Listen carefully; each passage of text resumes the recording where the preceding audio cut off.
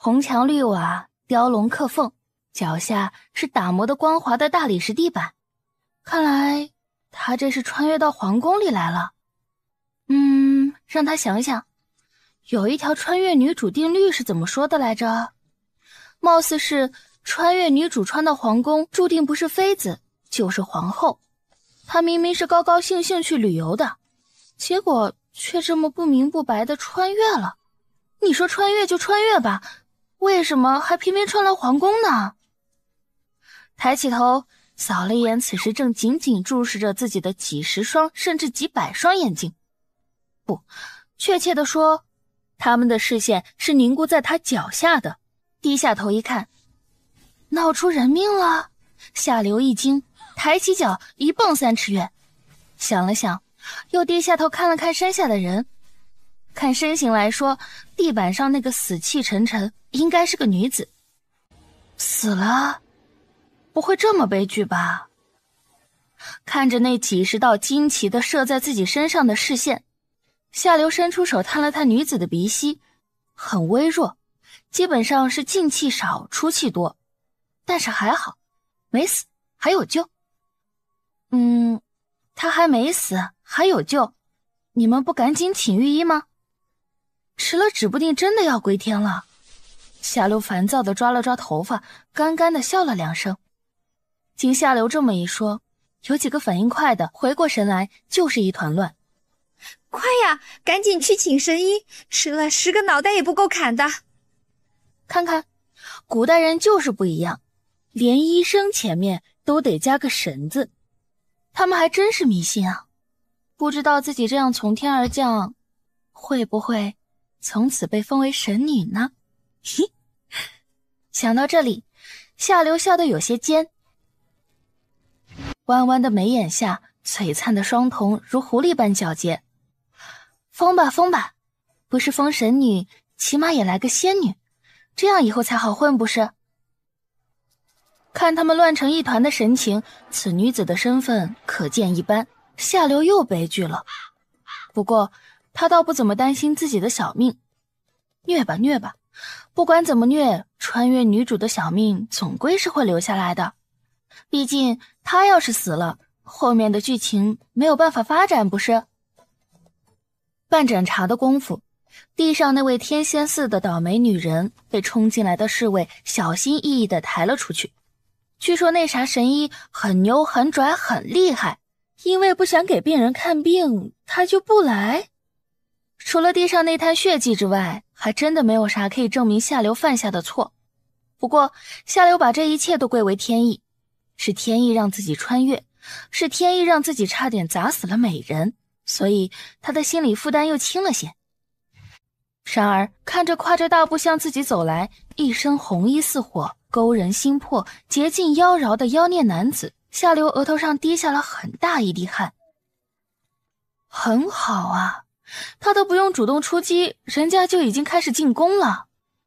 看着妖孽男越走越近，感受着他无与伦比的超强大气场。近了近了，夏流后妈双眼放光，目不转睛地看着，近的都能看到妖孽带笑的薄唇，迷醉的桃花眼，高挺的鼻梁，深肌的双瞳，线条一流的轮廓。这一切是多么的强大呀，简直就是正宗的某训妖孽男主真人版啊！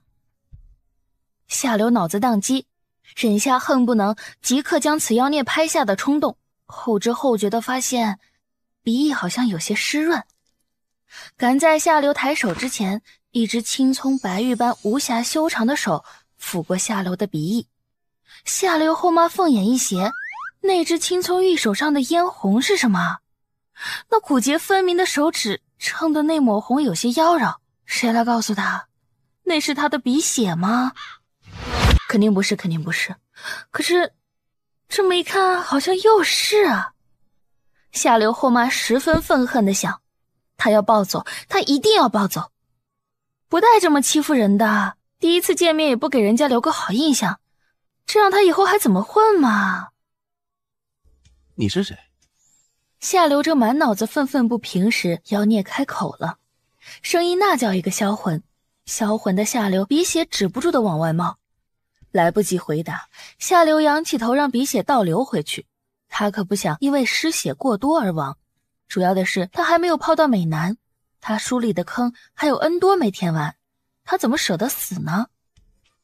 妖孽将俊脸凑过去，有些好笑的看着他的动作，扯了扯薄唇，一抹勾魂的笑溢出，抽出丝帕，动作温柔的为他擦拭鼻翼上的鼻血。下流。后妈眨着眼睛，口齿不清的吐出2个字。下流。妖孽皱眉，下流？他很下流吗？激怒了，他只不过是帮他擦了擦鼻血，他就说他下流。如果……他盯着他樱花般的粉唇，桃花眼闪过一丝笑意。如果他再做点什么……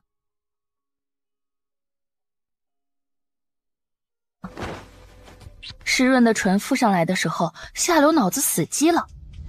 天哪，谁来告诉他这是什么情况？他穿越了，遇到了强大的妖孽，然后这妖孽二话不说吻了他。某训穿越文定律，地狱妖孽男主。那么这个是他下流的第一男主吗？长得帅就算了，而且还是极品中的极品那种，勉强能接受吧。你娶妻了吗？妖孽摇头。没有。没有？那你有妾吗？没有。你有钱吗？有。他可是首富，谁能比他有钱？那你有权吗？夏流继续问，还不忘满意的点点头。妖孽皱眉，继续道：有。权力大吗？妖孽决定无视这个问题，这个女人问题真多。权力大吗？你说呢？妖孽对夏流惊艳的眼神表示很满意，还不忘抛了个媚眼过去。我要知道还问你啊？你当我吃饱了撑的？夏流扯了扯嘴角，翻白眼的空档还不忘鄙视一下此妖孽。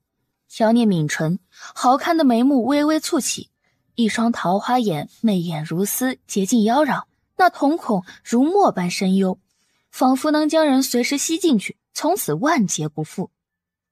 带走。他低声吐出2个字，声音磁性低沉，能让人从头酥到脚的那种。夏流咽了咽口水，想到刚刚差点被他砸死的美人，很自然的顺口问了一下侍卫：带去哪儿啊？庆功。随着妖孽话音落下，全场寂静。他终于见识到真正的妖孽了，而且还是 BOSS 级别的。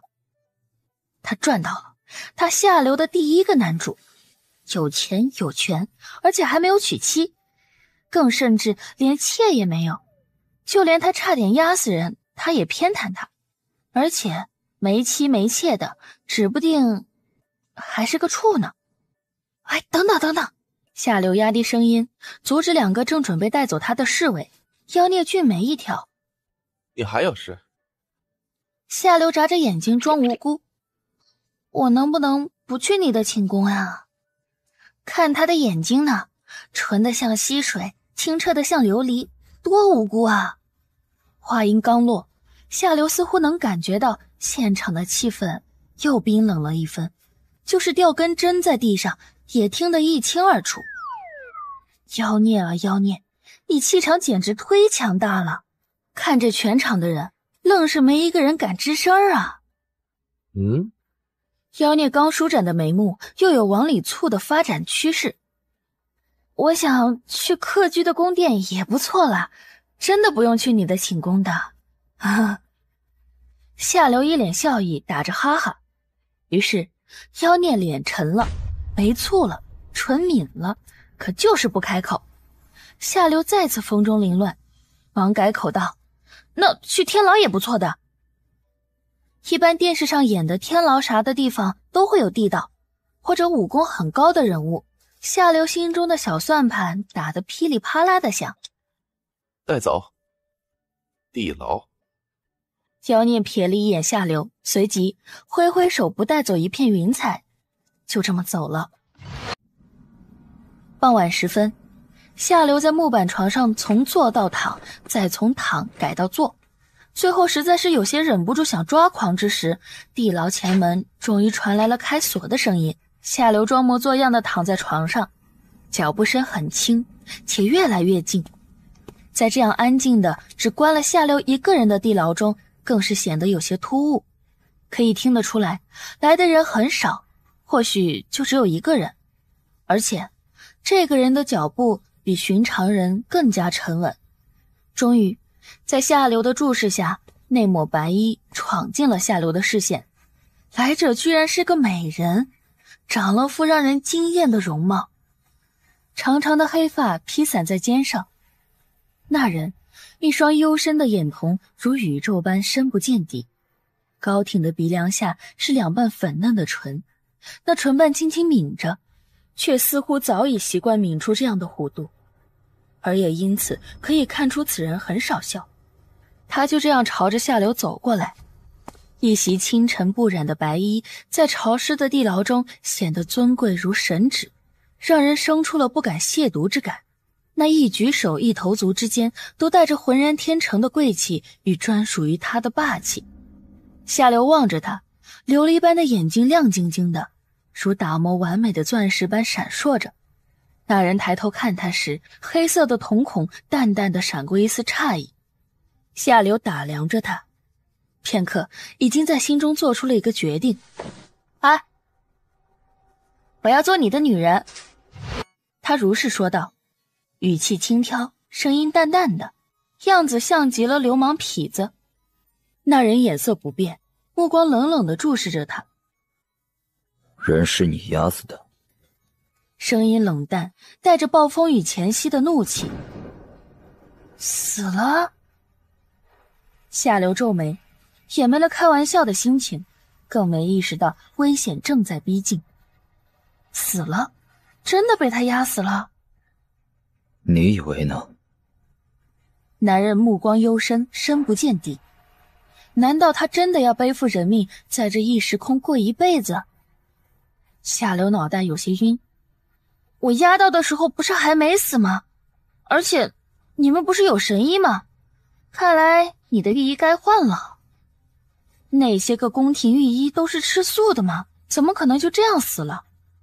那人听闻，原本就冷得出奇的眼神在瞬间变得更为冰冷。谁派你来的？牛马不相及的一句话，下流却听懂了。没有人派我来，我也不是什么刺客要来刺杀你，真的，请你相信我。说着，下流抬起目光，不退不避，直视着他。他想，人家会这样怀疑他也很正常。不过他不爽，不爽被人当成刺客，不爽刚穿来就得坐牢，不爽，非常之不爽。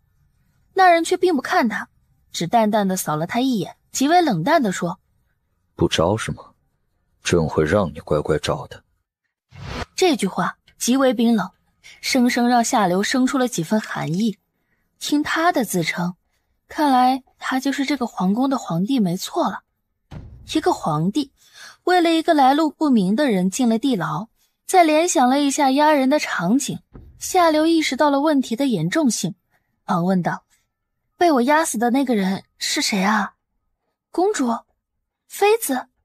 皇后？风中凌乱的下流觉得这也太狗血了点吧。朕的皇妹。那人冷冷地从牙缝中挤出几个字，随即道：朕再给你最后一次机会，到底是谁派你来的？上官南轩还是罗刹？请你先冷静，或许我现在说什么你也不信，但是请你仔细想想，我就算要刺杀，第一理想人也应该是你，而不是你妹妹。我杀了你妹妹有什么用？我如果杀了你，岂不是更理想？而且你应该知道当时的情况，我是从天而降的，只是没想到会砸到你妹妹，所以我真的不是谁派来的。请你冷静的再想想，不要一时冲动做出了不好的事情。听他这冷冰冰的口气，夏流真的怕了。他怕他一时冲动，他的小命会不保。现在只能请他冷静，谁知他皱眉想了想，却骤然嗤了一声，冷森森地看着他，目光如鹰般锐利。你当朕3岁小孩吗？谁不知道朕的身边连鬼神也靠近不了，而且所有人都清楚得很，杀掉秀容能挑起凤鸾国与陈兰国的争端。听到这里，夏流总算是抓到重点了。秀容应该就是被他压死的女子，眼前这位皇帝的妹妹，而且很不巧，秀容正是和亲公主。在这种敏感的时刻，只要在和亲之前杀掉这位公主，那么两国势必会因为和亲的事情而挑起不必要的战争。我真的没有杀你妹妹，那是误会，真的是误会。默念1万遍，那是误会，误会，误会。可想而知，肯定是没有人相信他的。皇帝摆了摆手，说出了一句让夏流胆战心惊的话：上刑具。混蛋，真的没有人派我来，你怎么就这么不分青红皂白？凤鸾用你这样不辨是非的皇帝，迟早会亡国的。手脚被绑住，情急之下，夏流只能对站在那里冷眼旁观的皇帝怒骂，却不想脸上被人狠狠地扇了一巴掌。夏流瞪过去，怒骂道：死太监，敢打我，你迟早不得好死！那太监狠狠地瞪了眼夏流，眼看着那只如枯木般的手又要招呼过来，夏流吓得脖子一缩，那只手却迟迟没有打下来。许久，那太监恨声道：哼，皇上忧国忧民，岂是你这等乱臣贼子随意辱骂的？原来他是在为皇帝不平。撇开眼，夏流也不再说话，一双眼睛狠狠瞪着悠闲的皇帝。亏他刚刚还觉得这家伙帅，现在怎么看怎么不顺眼。不辨是非，不分青红皂白，死皇帝，臭皇帝，烂皇帝，你不得好死！愤愤不平之余，夏流只能在心里怒骂他。他眉眼一挑，反而笑了笑：只要你招出谁是你主子，朕会考虑让你死得舒服点。这女人真当他是傻子？从天上掉下来几百号人，谁不砸，偏偏砸了他皇妹。他不好好教训他，岂不是要惹天下人笑话？他反正也不是什么正人君子，屈打成招又怎么了？他做事向来只看结果，过程怎样无关紧要。听他的口气，言下之意怎么都得死。屈打成招，不招也死，左右都是死。他夏流怎么就这么悲催呢？身上的疼痛猝不及防地袭来，鞭子抽在身上火辣辣的疼，夏流疼得眼泪直飙，却只能咬着牙忍受着鞭子抽打在自己身上，嘴却硬得怎么也不喊疼。他才不要认输，一旦认输指不定就死翘翘了。这让抽鞭子那个人怀疑自己是不是没有吃饭，这样想着下手却也越来越狠。黝黑的目光闪过一丝怪异，随即笑了笑：永利达。明明看着是一个弱女子，神情却偏偏那么倔强。她是个大活人，当然会疼，而且疼得要死。一时朦胧间，却听到皇帝又冷冷说了句：到底是谁派你来的？听闻，夏流抬头，碎发抚过绝美的脸颊，狠狠地瞪了他一眼，眼中闪现着至死的倔强。没有人派我来，你今天就算打死老娘，这个答案还是不会改变。是吗？皇帝咬了咬牙反问，对着手下命令道：看来还不够呢。永利达。夏流却呲着牙对着皇帝冷冷一笑：老娘下辈子投胎一定找你算账。前世债，今生还，夏流无比肯定，他上辈子一定是欠了他的。就算上辈子没欠他的，那这辈子这仇也结定了。夏流想要大声吼出来，却是没有力气。害怕吗？既然懂得害怕，那么乖乖的告诉朕，朕就放过你。你们这些人，为什么说真话你们不信呢？为什么一定要屈打成招呢？我说的明明都是真话，为什么就是不肯相信呢？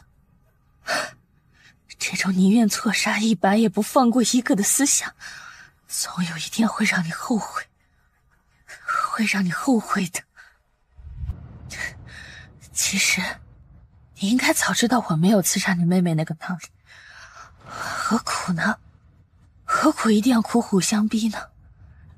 就因为你当了皇帝，所以不能放过任何一个可疑的人吗？你有没有想过，真的只是你多疑了而已。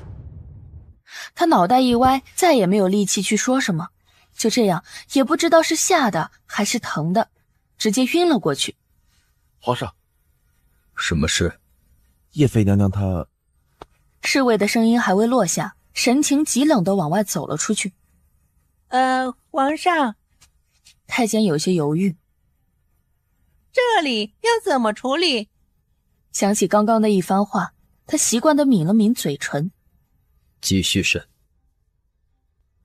不管用什么方法，直到他招了为止。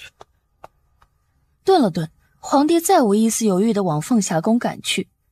众所周知，凤霞宫叶妃娘娘乃皇帝的第一宠妃。不管有什么事，不管皇帝在哪儿，在做什么，只要凤霞宫叶妃娘娘一句话，皇上就算在上朝，也必定会丢下朝事，不管不顾地赶过去。而凤霞宫的叶妃娘娘却是让宫人又敬又怕。凤霞宫，叶妃神情淡淡的倚靠在贵妃榻上，她一身红衣似火，如丝绸般的长发倾泻而下，肌肤雪白如透明的琉璃，金雕般的双手交叠在肚腩上。宫女低垂着头，战战兢兢地站在她身后。许久后，叶妃轻声开口：“他还没来吗？”宫女颤了颤，小心翼翼地答：“小柱子已经去通知皇上了，相信皇上此刻定在赶来的路上。”叶妃勾了勾唇：“你这低垂着头，难道本宫长得难看，入不了你的眼？”宫女一颤，吓得脸都白了，立即跪倒在地，哀求道：“娘娘饶命！”本宫难看吗？叶妃却在这个问题上很坚持。宫女踌躇了一下，有些不知所措地回答：“娘娘很美，比宫里任何一位娘娘都要美。”叶妃的声音骤然提高了2分，带着几丝不易察觉的怒气。“是啊，本宫很美呢，不过他们配合本宫相提并论吗？”有些急，却不知怎么开口。叶妃笑了笑，一双眸子闪着嗜血的暴怒。她怒道：“来人呐，拉下去，砍了！”娘娘饶命啊！宫女的脸都白了，不知道自己哪里做错了。刚刚叶妃已经杀了一个坚持劝她喝药的，没想到自己什么都还没有做，就已经快没命了。她怕得眼泪直掉，却也只能一个劲儿地喊着。然而却没有人听她的，渐渐的她的声音越来越远。剩下的几个宫女大气都不敢出。花之言进到凤霞宫的时候，看到的就是这么一个场景。她有些头疼地抽了抽嘴角，走到叶妃面前，无奈地叹了口气：“听说你又不肯喝药了。”叶妃气结，对着皇帝指责道：“花之言，你为了一个阶下囚，连我喝药的时间都忘了。”普天之下，敢这么对皇帝说话的，大概也只有这凤霞宫叶妃娘娘了。然而花之言却没有生气，好声好气地说道：“是朕的错，你先乖乖把药喝了。说着，从宫女手中把药端了过去，递到叶妃面前。叶妃却狠狠地将头扭了过去，连皇帝亲自端来的药都不屑于喝。花之言终于有些怒了：你到底想要怎么样？你不在乎我？叶妃抿了抿唇，神情寂寥。原本有些怒气的花之言因了这一句话，态度也软了下来。我在不在乎你，你自己心里清楚，何须朕多说？你因为一个阶下囚，忘了我喝药的时间。是朕的错，可是朕是凤鸾的皇帝，朕有朕的责任，不可能一天12个时辰都陪着你。好吧。虽然还有些不满，叶妃却也乖乖将药喝了。花之言见叶妃将药喝了，明显松了口气，黑眸转了转，如画的眉目深深蹙起，神情中有着常人所不懂的担忧与苦恼。叶妃放下药碗，说：今天婉贵人。他刚开口，花之言已经将话接了过去，吩咐随身的李公公撤了婉贵人的品级，打入死牢。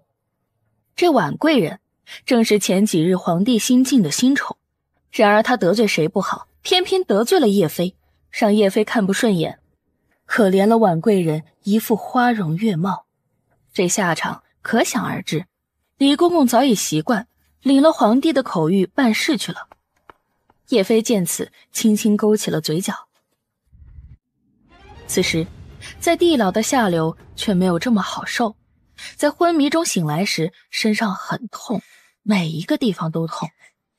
然而他一睁眼就看到了冷冰冰的皇帝，身上的疼痛因为愤怒转化成了力量，咒骂狗皇帝不分青红皂白的力量。还有力气骂朕，看来昨天下手确实轻了点。下流的火气腾腾地往外冒，然而想了想，却也只能忍了。如果不想再受苦，只能忍下。这么死扛着不行，得想个办法把自己解救出去。于是下流笑了笑，对着皇帝问道：我问你几个问题，可以吗？行。花之言勾起唇角，玩味一笑：要有什么样的功夫才能从那么高的高空掉下来，不受到伤害？绝世神功。如果有了绝世神功，要杀你是不是和杀你皇妹一样轻松？花之言皱眉，神情莫测。下流又问：如果拥有绝世神功，从你这地牢逃出去大概易如反掌吧？还有，你是懂功夫的吧？皇帝点了点头。很好，如上所叙，你大概已经懂了。你的皇妹不是我杀的，我也没有功夫，你自己也懂功夫，你可以来查看一下。还有，查看完了，麻烦你放了我。花之言抿了抿唇。夏流正担心他会不会听自己的话时，却见他低低叫了一声无双。然后夏流看到不知何时一个全身被黑衣包裹的少年站到了自己面前。他伸出两只如冰般的手指搭在了夏流手上，夏流冷得一颤。那个叫无双的少年已经收了手，对着皇帝摇了摇头。皇帝美瞳一闪，疑惑道：你不懂功夫？你们的人不是已经查看了吗？难道你连自己人也信不过？还真是个多疑的皇帝。既然不懂功夫，那么你是如何从天而降的？又是如何砸到秀容的？说着，花之言话锋一转，冷声问道：是谁帮的你？听到这句话，夏流想吐血，他连想死的心都有了。没人帮我，我真的只是单纯的从天而降而已，再加上单纯的穿越而已。那是我的行李，你可以拿出来看看，那是几百年甚至几千年后的产物，那东西可以证明我是从另一个时空穿越而来的。只是你妹妹，也就是秀容，她太倒霉了才会被我砸到的。趁着皇帝去拿东西的时候，夏流狠狠喘了口气。该死的，身上的疼痛越来越过火了，自己几乎快要撑不住了。再这样下去，不死也会去掉半条命的。怎么会这么倒霉，碰上了这么个古板的暴君？这是什么？花之言拿着粉色的四方盒子左右看了看，笔记本。夏流低吼，该死的，真是个老古董。这又是什么？眼镜。等皇帝全部查看了一遍过后，夏流几乎已经是进气少，出气多了。怎么样，相信了没有？这疑惑，虽然他的话怪怪的，但他却也真的是动摇了。他说的话也没有骗他，他没有武功，这是事实。这些东西他也确实没有见过，很是新奇。尤其是这个四方的小盒子，还能发出声音，怪怪的，却也很好玩。想了想，他做出了选择。虽然你不是谁派来的，可是皇妹却因你而上，死罪可免，活罪难逃。夏流翻了个白眼，然而听到这句话却还是很高兴，起码不用受罪了不是？尤其他皇妹并没有死，只是受伤了而已，这就好办了。那这样吧，你先放了我，你皇妹不是受伤了吗？我来照顾她，直到她伤好，原谅了我为止，怎么样？这个惩罚虽然皇帝觉得有些轻，却也是接受了。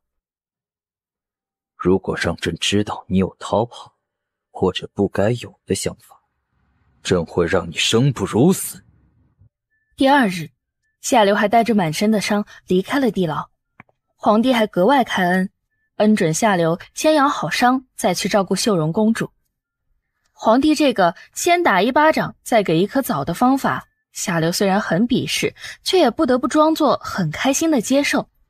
而最让夏流觉得郁闷的是，这狗皇帝居然把他的包包和本本一起拿走了。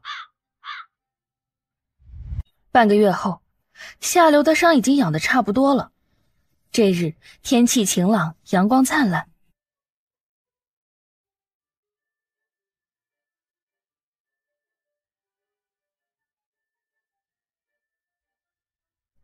司音推开杂役房的大门，对着正在哼着歌的夏流道：夏流姑娘，皇上说让奴婢今日就带你过去秀容公主那边。哦，好的。司音是宫里的1等宫女，夏流这半个月就和司音混得最熟。原因嘛，夏流觉得司音这个人不错，机灵又聪明，而且人脉也不错，宫里大大小小的奴才都和他很熟，所以夏流一对上司音就特别自来熟。夏流啊，秀容公主人很好的，对奴才也很好，虽然是你弄得她受伤，不过你不用太担心，只要照顾好公主就行了。走了大抵半炷香的时间，在路过一个转弯口的时候，夏流与司音远远就听到前面有调戏人的声音传来。夏流掏了掏耳朵，仔细地听了听。美人儿，你好香啊，让本王亲个吧。是一把性感的嗓音，能让人从头酥到脚的那种。王爷，娇滴滴的女声欲拒还迎。美人儿，王爷，美人儿。夏流翻了翻白眼，怎么来来回回就这2句啊？这调戏的也忒没水准了吧？唉，王爷又在调戏宫人了。走在身边的司音骤然感叹了一句，夏流忙追问：王爷？难道他经常调戏宫女？是啊，一个王爷吃饱了没事儿调戏宫女。在转弯的时候，仿佛受到了什么蛊惑，夏流回过头去看了看，在那转角处，一个红衣似火的妖孽男子正伸着金雕般完美的手托起宫女的下巴，丝绸般的银发倾泻而下，那模样比女人还要美上3分。夏流看到妖孽的眼神醉眼迷离，勾魂夺魄，这不是那个调戏过自己的妖孽吗？思及此，夏流多看了2眼，那满室的春色都比不上妖孽的微微一笑，如此的倾城绝色，如此的漫不经心，仿佛感受到了他的视线。妖孽微微侧目，瞥了一眼下流，嘴角勾起，可那一眼，下流看到那个妖孽般的男子没有丝毫停顿，仿佛根本就不曾看到他般移开了视线。这妖孽忘记自己了，根本就不记得我了。想到此，下流有些失望。这个破妖孽才半个月，居然已经不记得自己是哪根葱了，亏自己还把他放在第一妖孽男主的位置，真不愧是无心王爷。下流正愣神，只听司音叹了口气：王爷还是记不得人。不记得人？难道妖孽有故事？下流忙追问。不记得人？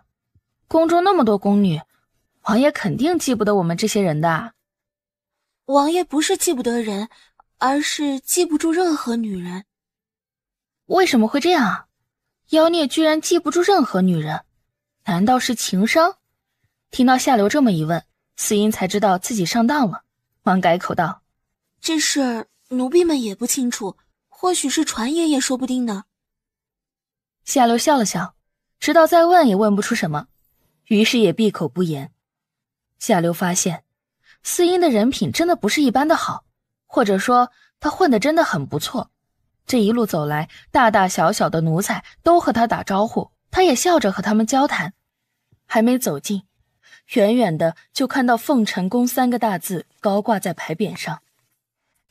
下流站在大殿门外，司音进去通报，不一会儿就有丫鬟出来，看到下流上上下下打量了他几眼，眼中全是仇恨。老宫女看到他，冷声道：我叫贝柔，是公主的贴身丫鬟，我现在带你去见公主，你进来吧。原来是秀容公主的丫鬟，难怪那表情恨不能吃了她似的。是，翻了个白眼，下流跟着他走进了凤晨宫。说实在的，他对这倒霉公主很是愧疚，然而当见到还躺在床上不能动的公主时，那份愧疚稍微加剧了一点，毕竟这是自己害的。下流对贝柔恨不能吃了她的表情也很能理解，所以也没有做出什么反应。公主还没好吗？下流动了动嘴唇，说出了这么一句话。贝柔的脸当时就黑了下来。公主如果好了，这么大热天还躺在床上干什么？说着转过脸来瞪着下流。都是你，如果不是你，公主也不会这样。对贝柔的指责，下流沉默。这也不能怪他呀，实在是天意不可违啊。等了半天，下流蹦出这么一句话：你们这的神医也不怎么样嘛，都大半个月了，公主还躺在床上，真是侮辱了神这个字，看来该退休了。是啊，本神医是该退休了。不知何时，清淡的男声将下流的话接了过去。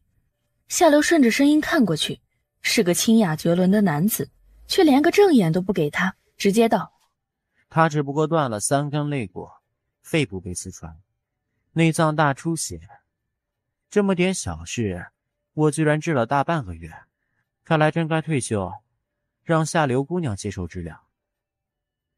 有这么严重吗？神医大人，我错了。下流嘿嘿的干笑了2声，赶紧道：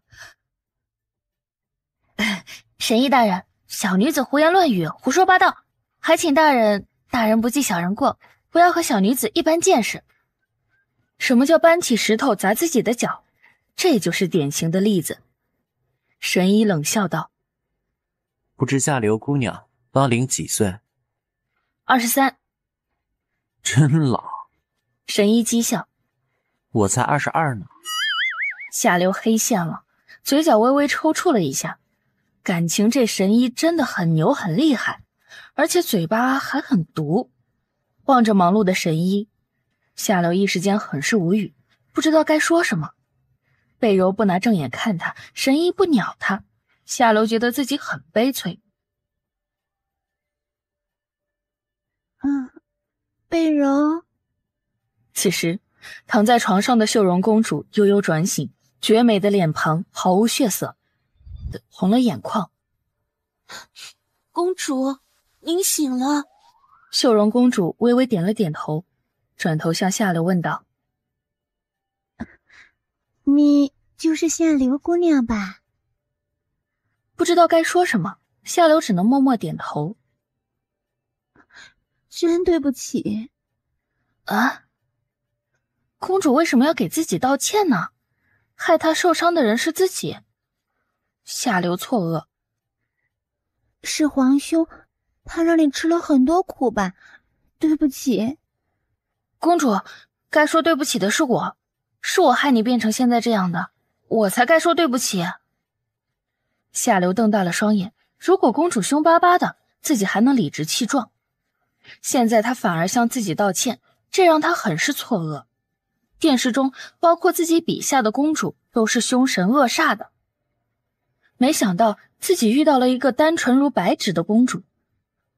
公主，对不起，都是我的错。行了个标准的公礼，夏流恭敬的道歉。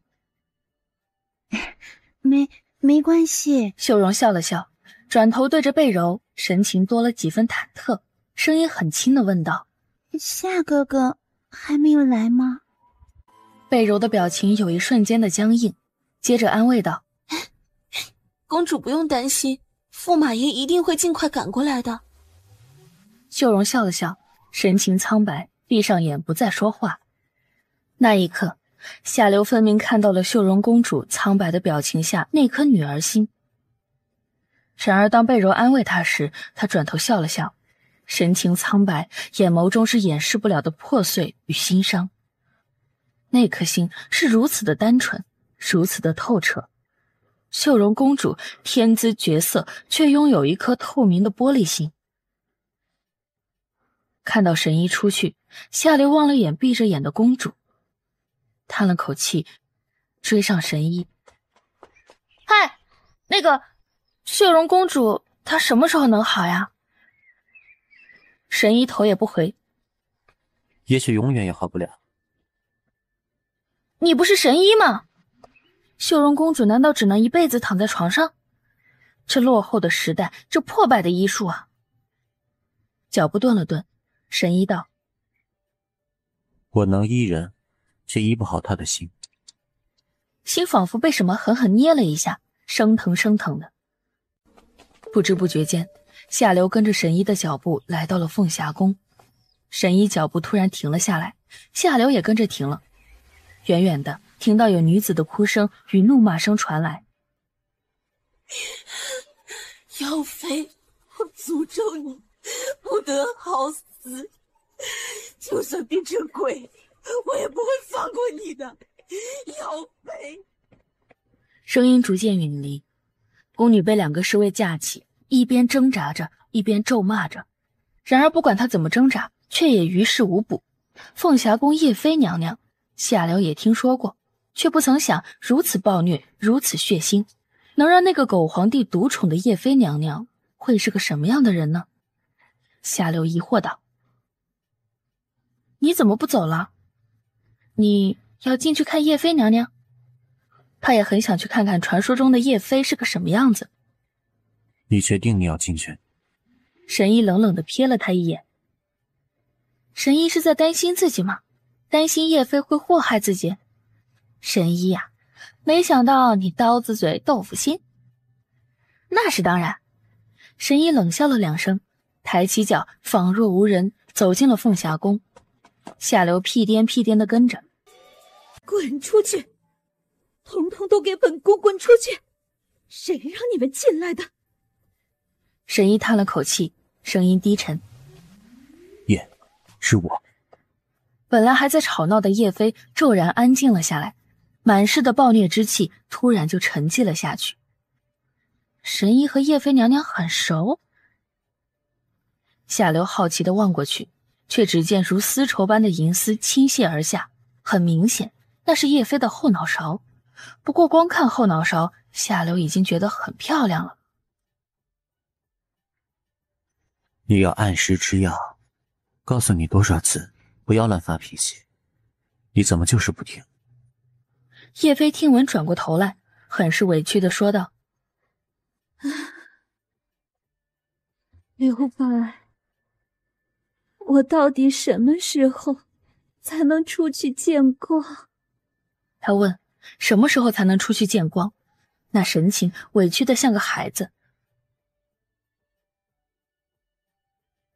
夏流看到叶飞的刹那，不是不惊艳，惊艳于叶飞的美，可是惊艳过后，让夏流吃惊的却是，他得了白化病。这是肯定句，夏流十分的肯定，叶飞得的肯定是白化病。刘白也是神医，惊诧地看着夏流。他得的只是一种病，你怎么知道他得的是什么病？难道我说错了？他得的不是这病吗？他这症状明明就是白化病，他不会认错的。也难怪那些人称叶飞为妖妃，估计就是因为这个。只是难得的是，没想到神医也知道。是，他得的是一种病，但是我一直找不到相同的症状。当然了，白化病这种病例还是很少的。你怎么知道他得的是什么病？他追了这么久，解释了这么久，却一直没有人相信叶飞得的只有这一种病。如今好不容易有一个知道的、认同的，这让他怎能不激动呢？夏流瞥了眼叶飞，却见他正眼巴巴地看着自己，美瞳中亮晶晶的，神情期待像孩子般单纯。这真的没有办法让人与刚刚那个暴虐血腥的叶飞联想到一起。这种病症在医学上有个名称叫白化病，我也不太清楚，以前听师傅讲过一些。夏流一时间不知道该怎么解释，只能随便扯了两句。家师是谁？可否引荐给刘某？对不起啊，师傅他老人家过世已经很久了。夏流实在不忍心打碎叶飞眼中的期待。可是这白化病在现代都没能找到方法治愈，更何况这落后的古代。看着叶飞眼中的光亮一点点暗下去，夏流忙道：不过不要放弃，这个世界上会有很多奇迹的，我会将我知道的毫无保留地告诉你。叶飞神情黯淡了下去，仿佛受伤的孩子般笑了笑。奇迹，从来都不会眷顾我的。奇迹，多么让人期待的两个字啊！只是奇迹从来都不会眷顾他。摆了摆手，叶飞道：都出去吧。你……夏流想说什么，叶飞狠狠一眼瞪过来。再不滚，本宫让你横着出去。听到这话，夏流不知为何，不但不觉得害怕，反而觉得叶飞可怜的紧。本宫不要任何人可怜，你们给我滚滚！一支慈悲，来势凶猛，又狠又准地砸在了夏流脑门上。夏流倒抽了一口气，感受到鲜艳的血液顺着自己额头滑了下来。砸傻了，我会让你知道什么是生不如死。这是什么话？夏流非常疑惑，抬起头狠狠瞪了一眼狗皇帝。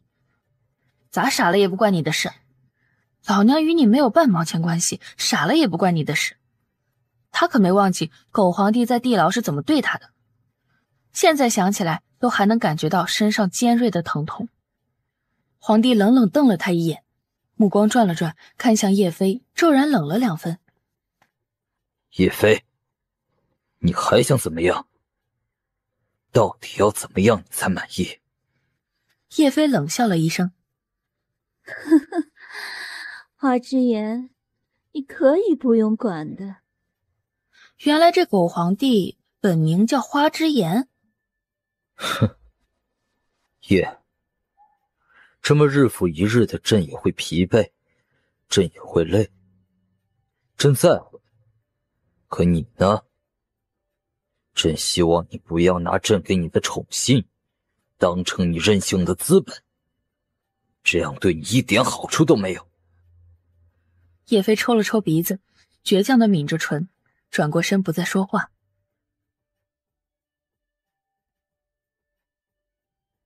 你们先出去吧。这是在干嘛？给皇帝下逐客令？皇帝抿嘴，抿成一个早已习惯的弧度，拉着夏流转身就走。哎，你搞什么呀？他还没说要走呢。夏流郁闷，感觉到额头上的血流得更快了。为什么这么悲催？从穿越到这个世界，就没有一天好日子过。皇帝沉默不语，拉着夏流一路进到了御书房。夏流看到了司音，去请御医。司音看到夏流，明显也是一愣，然而却是不动声色的行了个礼，退了出去。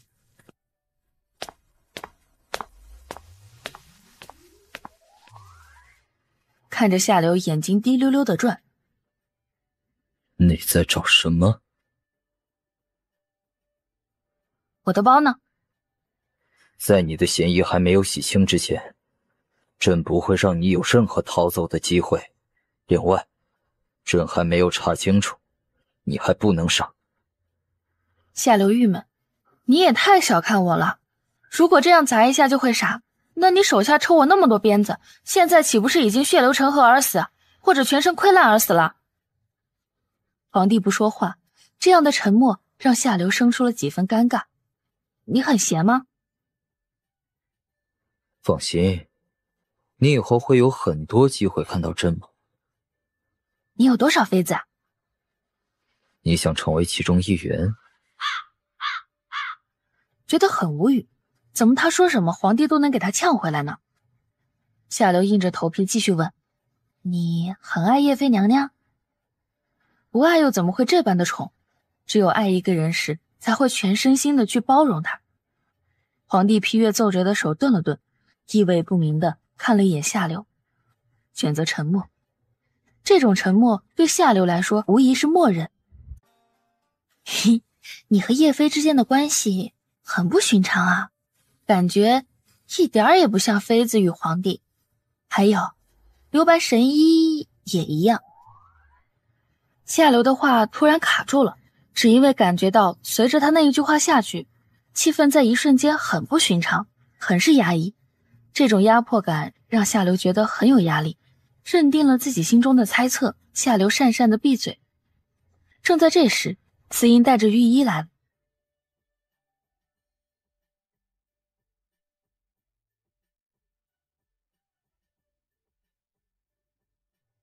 御医也是讷讷的，给夏流看诊上药也是极其小心。夏流不好意思的干笑了两声，对着皇帝狠狠瞪了一眼。皇帝扬眉，却是没有正眼看他一下，但这种压迫感却也随之消失了。司音恭敬的站在一边，看着皇帝与夏流的互动，神色莫名。禀报皇上，姑娘没什么大碍，明个再换2帖药就行了。御医擦了擦额头的汗，对着皇帝低声禀报。皇帝摆了摆手，御医颤着身子恭敬地退了下去。夏流摸着头上包的厚厚的白纱，刚想说什么，却被皇帝一句话打断。药也上，还不快滚！夏流动了动嘴唇，看着皇帝脸色铁青，只能将话咽了下去，不甘心地退了出去。才没走2步，却听见皇帝说：全都给朕滚出去，没朕的命令，谁也不准进来。这话肯定是对那些宫女说的，还真是个喜怒无常的皇帝，这么动不动就生气，迟早短寿。夏流样样的转身回到杂役房，一路上脑子也在不停的思索，一个得了白化病的第一妖妃，一个记不得任何女人的王爷，一个喜怒无常的皇帝，一个嘴毒的神医，一个单纯如白纸的公主，这凤鸾王朝还真有意思。回到了杂役房也没事可做，秀容公主那里人家根本就没有怪自己的意思，此时去不去都不重要，重要的是该怎么样才能把自己的包包拿回来。倚靠在大石头上，夏流轻合着眼，开始哼歌：虫儿飞，虫儿飞，你在思念谁？天上的星星流泪，地上的玫瑰枯萎，冷风吹。哼着哼着，骤然听到有另一道声音传来，睁开眼睛，夏流看到妖孽王爷。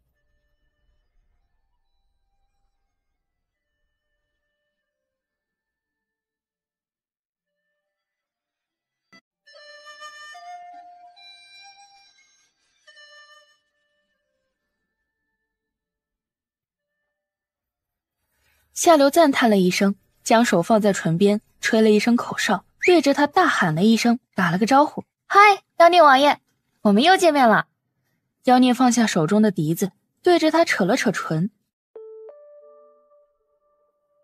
见过吗？”这话像是问他，也像是问自己，声音很轻。见没见过，他自己其实也不清楚。天天在这皇城打混，大概是见过的吧。原来是真的不记得。夏流笑了笑，打趣道：“是啊，见过的。还记得那天在大殿上吗？我就是从天而降的那一个，还差点砸死了人。对了，你还调戏了我呢，记得吗？”不知为何，夏流会这样说，只是想让眼前这个男子记得自己而已。妖孽明显愣了一下，专注地望向夏流。夏流也望着他，深深望进了他的眼底。那一刻，夏流失望地发现，这个妖孽男子即便是如此认真地望着自己，可是他的眼睛深处，他的瞳孔深处却没有他。夏流有些失望地走过去，与他脸对脸，鼻尖对鼻尖。这香味儿，是你？我记得这香味儿。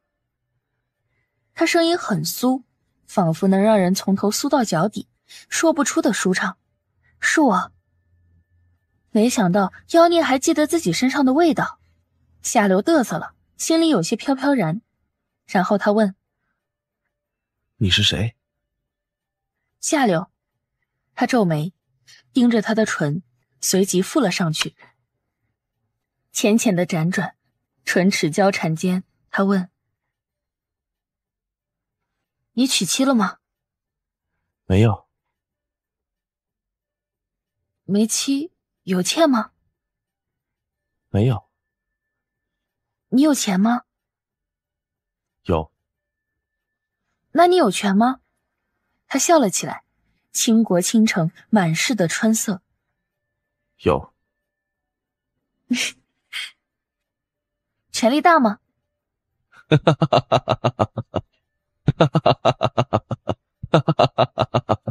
大。暮色下，他们笑成了一团。那些事情记不记得，仿佛都不重要了。夏流以为下一次见到自己的时候，他一定不会忘记。可世事难料，在凤尘宫再一次见到妖孽的时候，他依然忘了他，他还是不记得他到底是谁。夏流有些涩涩地笑了笑，星钻般的美瞳是说不出的失望。秀容躺在床上，脸色仍然苍白，毫无血色。妖孽坐在床边陪着他，一袭不变的红衣，红得似火似血。秀容拉着他的手，给他说夏哥哥的好，夏哥哥的俊，脸上洋溢着一片羞涩。贝柔叹了口气，仿佛感叹般轻声道：“驸马爷总算要来了，公主很高兴。”夏流一怔了，大抵是想不到贝柔会和自己说话，忍不住问：“你现在不恨我了吗？已经原谅我了吗？”“是啊，公主说原谅你了，否则我要不怪你了。”秀容公主还真好。脆弱却倔强的公主，明明知道夏国王子不会喜欢自己，却还是执意要嫁。秀容公主到底是个什么样的人呢？贝柔笑了笑，满脸的骄傲。公主说，在有限的生命里，要做自己想做的事，不要等到将来后悔了，很多事情你没试过，即使放弃了也不会甘心的。公主还说了，要怀着包容的心去对待每一个人，看到别人满足的笑，自己也会觉得开心。所以啊，我现在也不怪你了。秀容公主这么美好的一个人，相信夏太子一定会爱上她的。夏流笑了笑，将目光转向秀容。只见她和妖孽聊得正欢畅，小小的女儿家心思全部都写在娇俏的脸上，那么美好羞涩的笑，就连妖孽的脸都不自觉地柔和了几分。夏流听到，秀容羞涩地问：“木生哥哥，你说夏哥哥会不会喜欢秀容？”花木参，也就是下流口中的妖孽。会，我们秀容这般的可爱，谁都会喜欢秀容的。秀容羞涩地笑着，苍白的脸上浮上了一抹红霞。王爷和公主是同母生的吗？王爷和公主是异母同胞。花木参、花秀容，异母同胞，难怪感情会这般好。只是一直记不得任何女人的妖孽会记得自己的妹妹。夏流想要问一问，最终却还是没有开口。妖孽走时，夏流正站在大门口，他目不斜视地从自己身边经过，脚步不停，视夏流如空气一般。夏流觉得非常的失望，为何还是记不得自己呢？看来得再想个办法，让他好好的记得自己。这种被人无视的感觉会很不爽的。翌日，夏流还在杂役房睡回笼觉，一大早刘白就来敲门了。夏流满脸困意，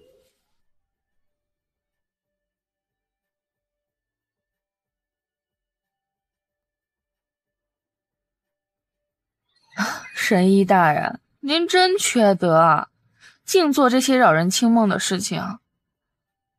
夏姑娘，刘某有一事相问，还请不吝赐教。奇迹般的，堵嘴神医居然没有回嘴，反而对着夏流恭恭敬敬的行了个礼。说实话吧，其实我知道的也不是很多，没什么好说的。不过我知道的我都会一一作答。如此便多谢夏姑娘了。先不用谢我，我知道的那点东西帮不了你任何的忙。这种病呢，在医学上被称为白化病，是一种极其难治的病例。说实话，叶飞的希望不太大。不是希望不大，而是实在没有什么希望。感叹似的摇了摇头。其实叶飞相比某些人已经算是很幸运了。只要有一线希望，我都不会放弃。如果我说连一线希望也没有呢？听闻刘白指尖发白，神情骤然低沉了下来。唉，家师也是名神医，还被人奉为医圣，相传没有他医不了的人。可他老人家终其一生都未能参透治疗白化病的方法。不是我想打击你，我只是实话跟你说而已。就连医疗科技如此发达的21世纪都没有办法，这破古代怎么可能呢？不知夏姑娘师承何处？家师临死前曾让我发过毒誓，这一生都不能将其名号告诉他人，这个我无能为力。而且家师早已先去，就算知道也不能怎么样。不过我能告诉你的是，家师是一名非常非常出名的神医。夏流觉得自己现在说谎都不会脸红了，看来脸皮是越来越厚了。刘白也不再追问，只是先前的兴奋此刻已被失落甚至是绝望所替代。如此，刘某就不打扰夏姑娘了。等刘白走远了，夏流打了个哈欠，正准备继续睡会儿，却骤然听到：小骗子，你现在骗人的功力真是越来越高深了，差点连朕也被骗了。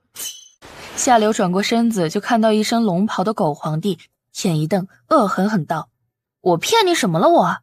那些知识可全部都是真的，我总不能给神医大人说我不是这个世界的人吧？为什么会给朕说？那还不是你逼的，要不是他逼他说，他怎么可能告诉他？你就不怕朕说你在装神弄鬼？怕，当然怕了。可你不是也相信了吗？不相信怎么会连他的包包一起收走？皇帝抿唇笑了笑，话题一转：你怎么会知道叶飞得了是什么病？这个，哎呀，我们那个世界本来就有不少这种病例，不信你可以把我包包拿来，我可以证明给你看。皇帝看了一眼夏流，打了个响指，不一会儿就看到有太监将自己包包提了过来。夏流沉默，这办事效率还真不是一般的快。接过包包，夏流熟练地打开了笔记本，打上了白化病3个字。夏流点开图片那一栏，转过来给他看。喏，没骗你吧？你自己看看。说实在的，也不知道这个老古董能不能看明白。过了一会儿，难道真的没有治愈的方法？你也不用那么绝望了，虽然治不好，但是这种病并不会短命的。虽然治不好，可是叶妃还是可以陪着狗皇帝的，只是可怜了他们不能生孩子，白化病是有遗传性的，所以不能生。虽然叶妃娘娘不能给你生孩子，可你还可以找其他妃子生啊。皇帝的表情在刹那间变幻莫测，那张英俊的脸黑了又沉，沉了又黑。难道自己又说错什么了？夏流开始检讨，却听到皇帝突然小声道：“给朕生个孩子吧。”夏流瞪大了双眼：“不可能！虽然叶妃不能给你生孩子，可宫里不是还有很多妃子吗？你也不能随便逮这个人就让人家给你生孩子不是？而且你命应该还很长，不会那么快归西的，所以生孩子这事儿急不得，也不能随便找人生啊！真是的。”夏流怀疑此暴君吃错药了。朕只是随便说说而已，你不用如此心急的撇清，小心朕随时要了你的脑袋。皇帝不耐地摆摆手，清俊的眉目瞬间阴鸷骇人。自己只不过是叫他给自己生个孩子，他这是什么表情？普天之下想给他生孩子的女人数不胜数，这女人还真是不识好歹。花之言冷冷的毫无感情的瞪了一眼他，扶了扶衣袖，转身走了。看到皇帝走远，夏流这才深深吐出了一口气。好险呐，刚才那暴君的表情太骇人了，就好像修罗随时都会上前来要了自己命一样。看来得想个办法赶紧离开这里才是，再这样下去指不定哪天小命呜呼了可怎么办。又过了2日，夏流看宫女个个都挺忙的，一问才知道夏国太子来了。夏国太子来了？是来娶秀容公主的？真是美事一桩呀！夏流觉得很高兴，那过2天宫里应该会很忙，自己是不是能逮着机会溜出去呢？不想再待在宫中了。虽然有时候觉得很有趣，可那毕竟是建立在自己小命有保障的前提下。而且夏流不想当妃子，万一时间久了，皇帝真看上自己了咋办？就算不是看上自己，这样的拒绝他，他肯定会觉得尊严受损，怎么看怎么没保障，还是早点离开的好。打定了主意，夏流也不再纠结此事，他屁颠屁颠地跑去凤尘宫，远远的还没进去呢，就听到了一阵哭声。进去一看，那抽泣的人可不是秀容公主吗？公主这是怎么了？贝柔也是愁眉苦脸的，秀眉轻蹙。驸马要来了。这不是好事吗？难道秀容公主喜极而泣？不一会儿，又听贝柔道：“太子还带了个女人来。”心里咯噔了一下，难怪公主会伤心难过。这还没娶进门呢，就这样招摇的带女人来，这夏国太子肯定不是什么好鸟。公主，你先别哭。驸马虽然带了别的女人来，可那女人未必就一定和他有关系啊，指不定那女人只是他的婢女呢。秀容轻蹙着秀气的眉目，脸色苍白，睫毛上还沾着水珠。她抬头看了一眼夏流，轻声道：“可是夏哥哥，他以前从来不带女人的，这次不一样。”有什么不一样？你不能因为他带了个女人就随便下定论，就算他要带女人，你也不能阻止不是？男人嘛，总是这般花心的，那是他们天性。古代不是崇尚3妻4妾吗？这秀容公主又何必管着他呢？再说了，是她一厢情愿要嫁给夏国太子，这样的情形不都在预料中吗？公主，太子3妻4妾那是常理，这样的情况以后肯定还会有的。如果他心里没有你，你如此伤心难过他也看不到的。如果他心里有你，自然不舍得你难过。夏姑娘，是我做错了吗？我只不过是爱慕他，所以才让皇兄去夏国提亲，逼着他娶我。可是我真的爱他，我做错了吗？公主，爱情不是心计，也不是能逼迫得了的。如果我是男人，被逼着娶了一个女人，我也会不高兴的。那要怎么办呀？秀容一怔，有些手足无措。那就要看公主怎么做了。我该怎么做才好？以退为进。几日后，秀容在刘白的专心治疗下也好得差不多了。而此时，夏国太子带着如花美眷招摇的来了。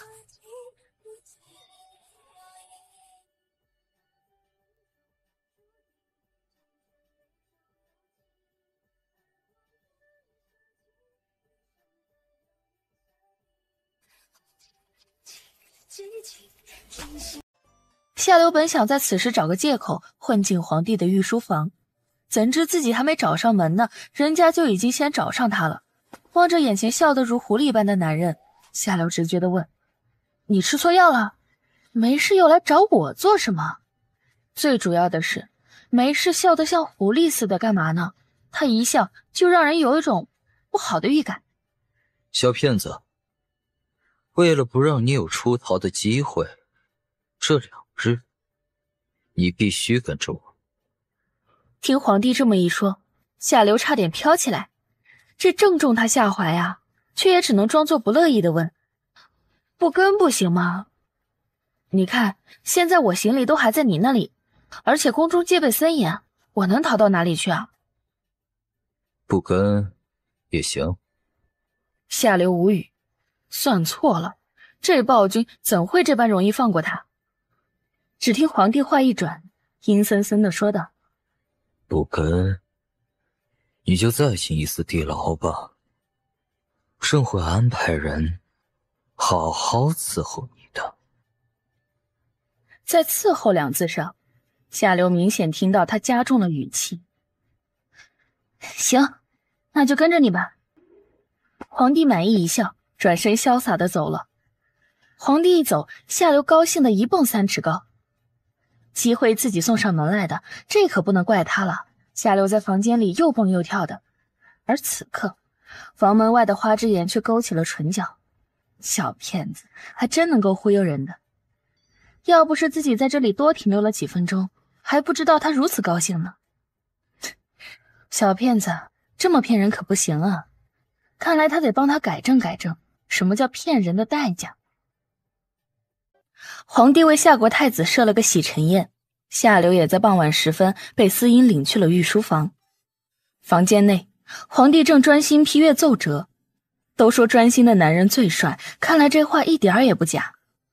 夏刘目不转睛打量着皇帝，只见他一会儿蹙眉，一会儿沉思。小骗子，你看朕看的已经很久了呢，怎么样？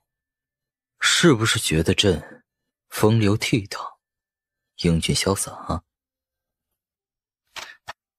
他翻了个白眼，说道：10大男人狗不理当中，就有一条是自大的男人狗都不理。皇上，你还真是自大。皇帝的脸当时黑了又黑，这小骗子拿他和狗相比，岂有此理？他一国之君怎能任人随便辱骂？忽而冷冷一笑，对着司音问道：哼，侮辱当今皇上，罪可当诛。听皇帝这么一问，夏刘的脸当即白了2分。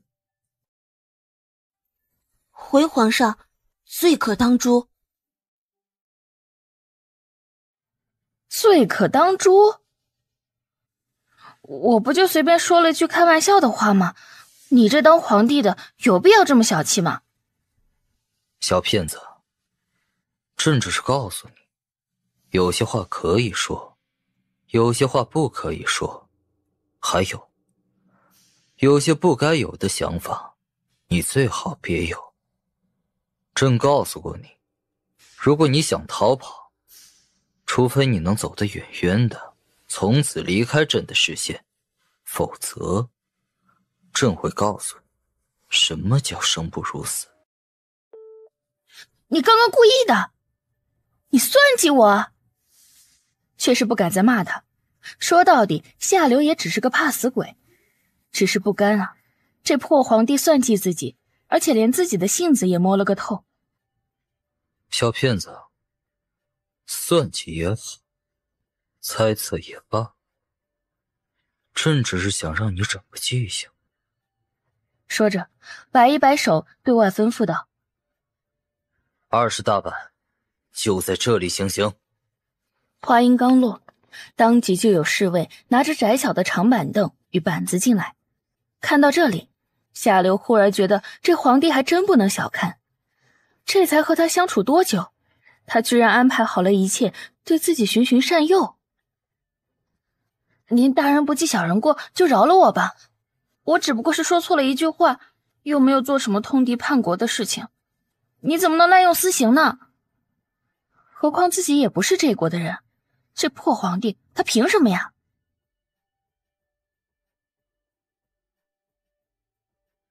小骗子，你怎么就不懂呢？朕今天打定了主意要惩治你一下，你以为事后求饶就可以吗？听闻，夏流也不再挣扎了，只是觉得一颗心拔凉拔凉的。是啊，他打定主意要惩治自己，就算求饶，他也还是不会开恩的。侍卫轻而易举地将夏流拉到了长板凳上，夏流被迫趴着，那手臂一般粗的木板就落在身上，发出啪嗒的响声。夏流有时候倔强起来也是个人才，你们只管往死里打，这孩子就是咬着牙不吭声。虽然他不吭声，但脸上的泪珠子却是不受控制的往下掉。夏流觉得视线模糊，也不再看皇帝，决定以后都要无视他，彻底的无视他。皇帝低头批阅奏折，终于在批完手上最后一本的时候，他放下了笔。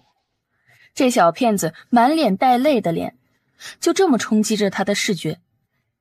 叹了口气，他装作无动于衷，低下了头，开始处理政务。住手！单单2个字，带着漫不经心与随性。没有人敢忤逆他的意思，更没有人会胆大到来做这种事。他意外地抬头看了过去，那一袭红衣似火闯进了他的视线。那是他最疼爱的皇帝花木参。参，你怎么来了？有些意外，他们兄弟俩感情虽好，一般没事的时候，花木参很少主动来找他。他手中虽然握着兵权，却不上朝，完全就是当个逍遥王爷。花木参笑了笑，迷醉的桃花眼一片朦胧。皇兄，我来英雄救美，你可要给我这个机会。皇帝有些意外，颇为疑惑。你何时与这小骗子扯上关系了？他记得花木参从来不记得任何女人的。小骗子。花木参一怔，随即微微眯起眼睛，迷醉的桃花眼暗碎的光芒一闪而逝。我不认识什么小骗子，我只是纯粹的想要英雄救美。听闻，皇帝的脸没黑，夏流的脸却黑了大半。这妖孽合着不是来救他的，而是看到什么想做就做了。原本以为他还记得自己，所以此刻才会想要英雄救美。原来不过是这样。夏流叹了口气，这板子打的也差不多了，救不救没所谓的。只是听妖孽这么一说，心里倒是有了2分不舒服。这个小骗子，朕今天打定主意要好好教训他。皇帝，英雄救美的机会还多的是，这个就算了。皇帝摆了摆手，不甚在意。如果是别人，他今天可能也就放过他了。可这个小骗子，他今天却是打定主意要好好教训教训他。妖孽花木生倒也没怎么样，摆了摆手，转身潇洒地走了。夏流还在看，星钻般的眸子闪烁不定。皇帝却已经开口：继续行刑，刑满为止。夏流欲哭无泪，双手死死扣在板凳内。这个狗皇帝，他前世一定杀过他全家，不然他为什么和他过不去呢？行刑完毕，都出去吧。夏流护着疼痛的臀部，眼中一片泪花。夏流正准备爬起来，皇帝又加了句：小骗子，你留下。皇上，您还有事儿吗？学乖了。眉毛舒展，皇帝开始没有形象的哈哈大笑。小骗子，你过来。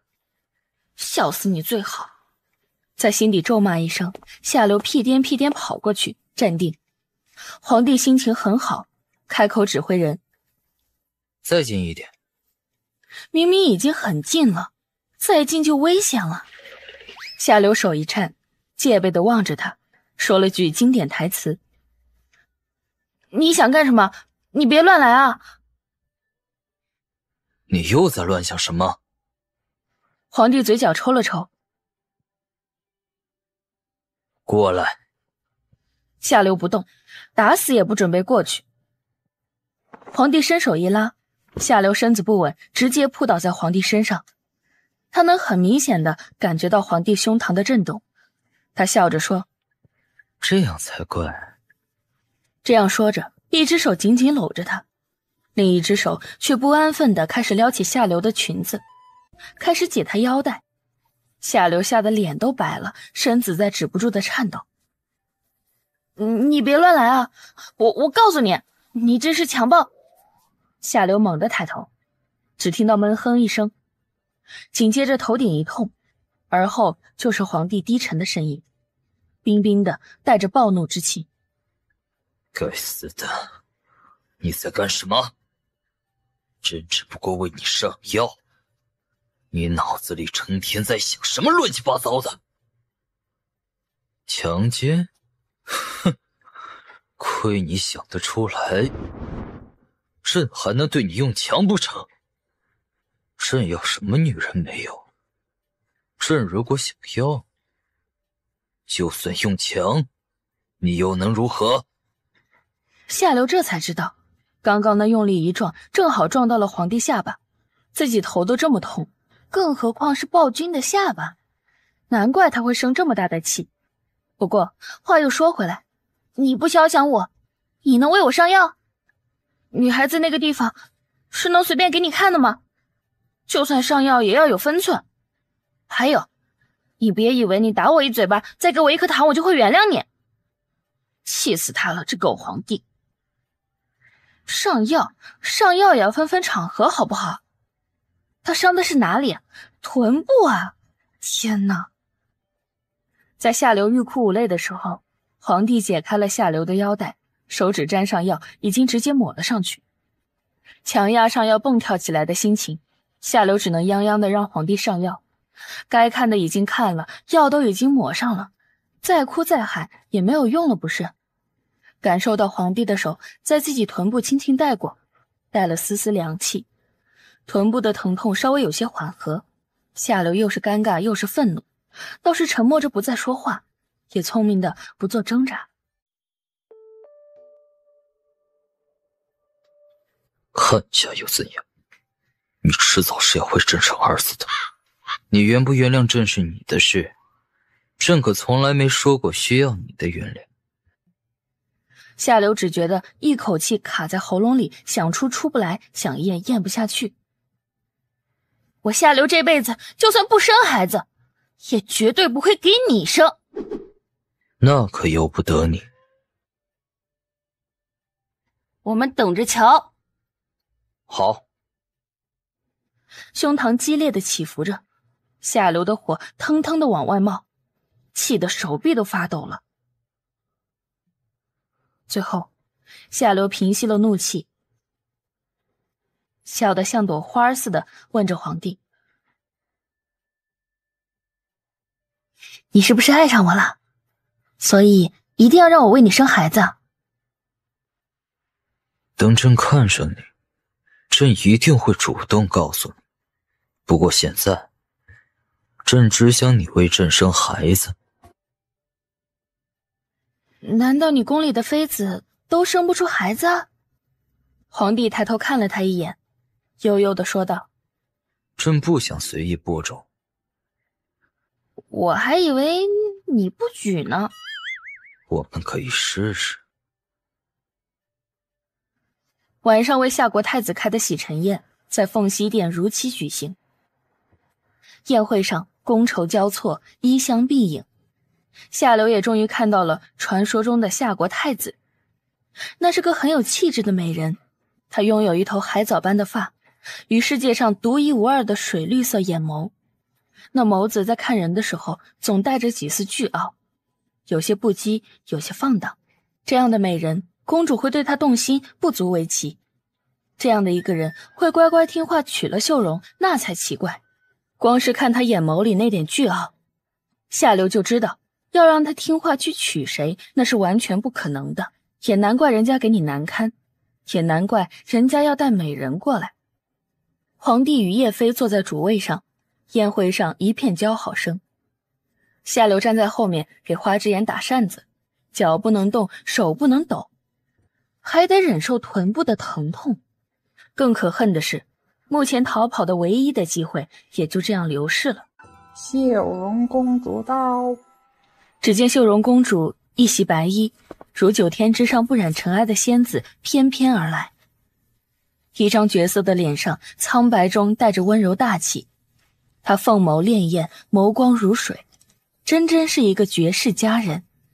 所有人都去注视公主时，夏流下意识地看向了夏国太子，却只见那双绿色的眸子中闪过一丝不耐，虽然稍纵即逝，却也被他捕捉到了，是不耐而不是厌恶。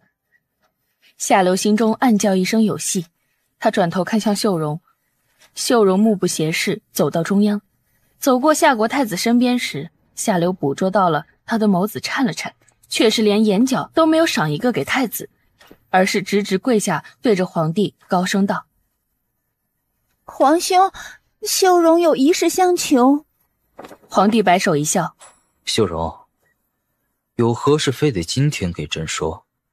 此刻原来热闹的大厅安静了下来，大半的人都注视着秀容。他不慌不忙道：“今天夏哥哥太子在这里，秀容想当面请求皇兄解除婚约。”秀容的话一说完，本就安静的大厅更安静了。夏流站在上面，暗暗用眼神给秀容打气，一边还时不时偷看夏国太子，却见他紧蹙着眉头，神情多了2分不解。夏流暗笑，公主的追夫计划这才刚刚开始呢。皇帝一愣，稍纵即逝：“秀容，这是何故？你身为公主，应该知道两国联婚并非儿戏，尤其是说退就退的。”秀容所说并非儿戏，只希望皇兄成全，放了夏太子一马，也放了秀容一马。这是何故？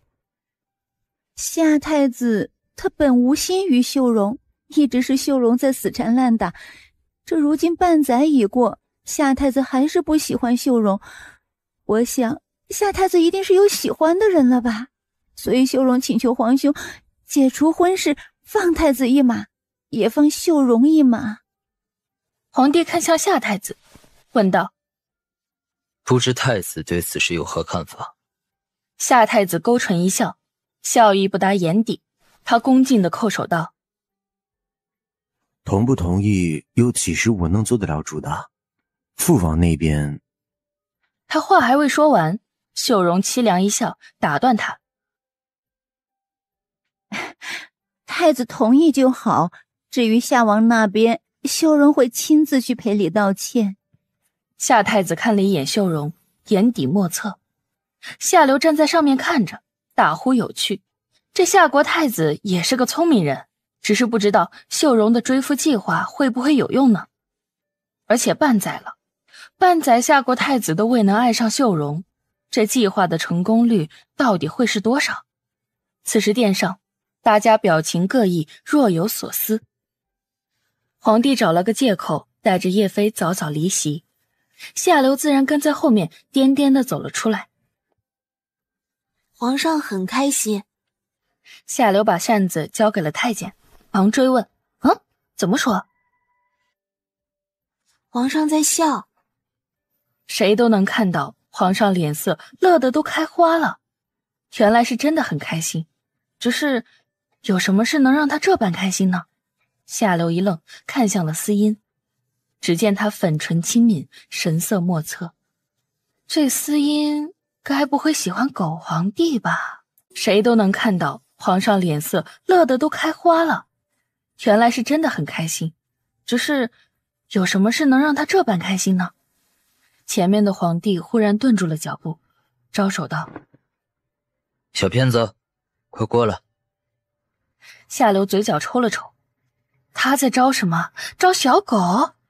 却也不得不3步并作2步走了过去，老不乐意地说道：“皇上有什么吩咐啊？”“没事不能叫你。”“皇上叫的不是我的名字。”“你叫什么？”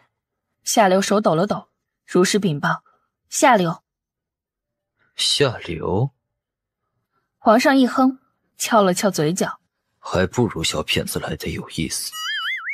夏流想说，相比小骗子，我倒宁愿我下流一点。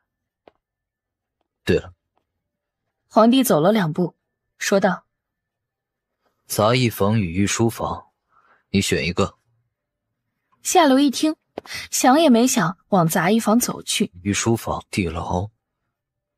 脚步一顿，夏流咬了咬牙，继续硬着头皮往杂役房走。司音，脚步歪了歪，夏流怒骂：“狗皇帝，你居然威胁我！”侧脸看了看，皇帝笑得如暗夜里的妖精似的。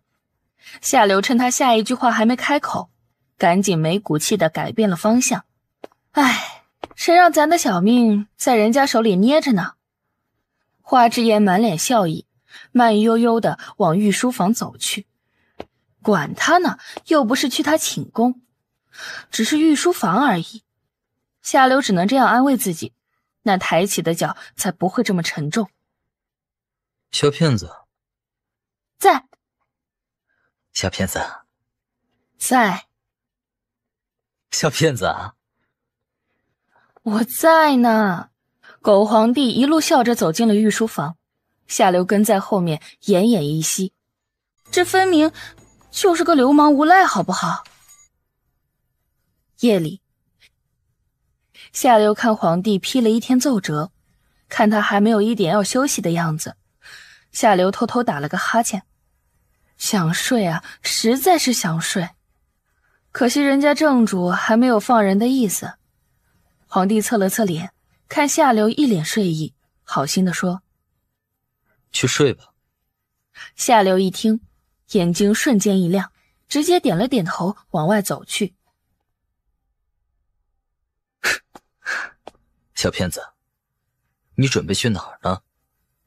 夏流嘿嘿干笑：“当然是睡觉呀，你不也同意了吗？”“怎么，你要反悔啊？”“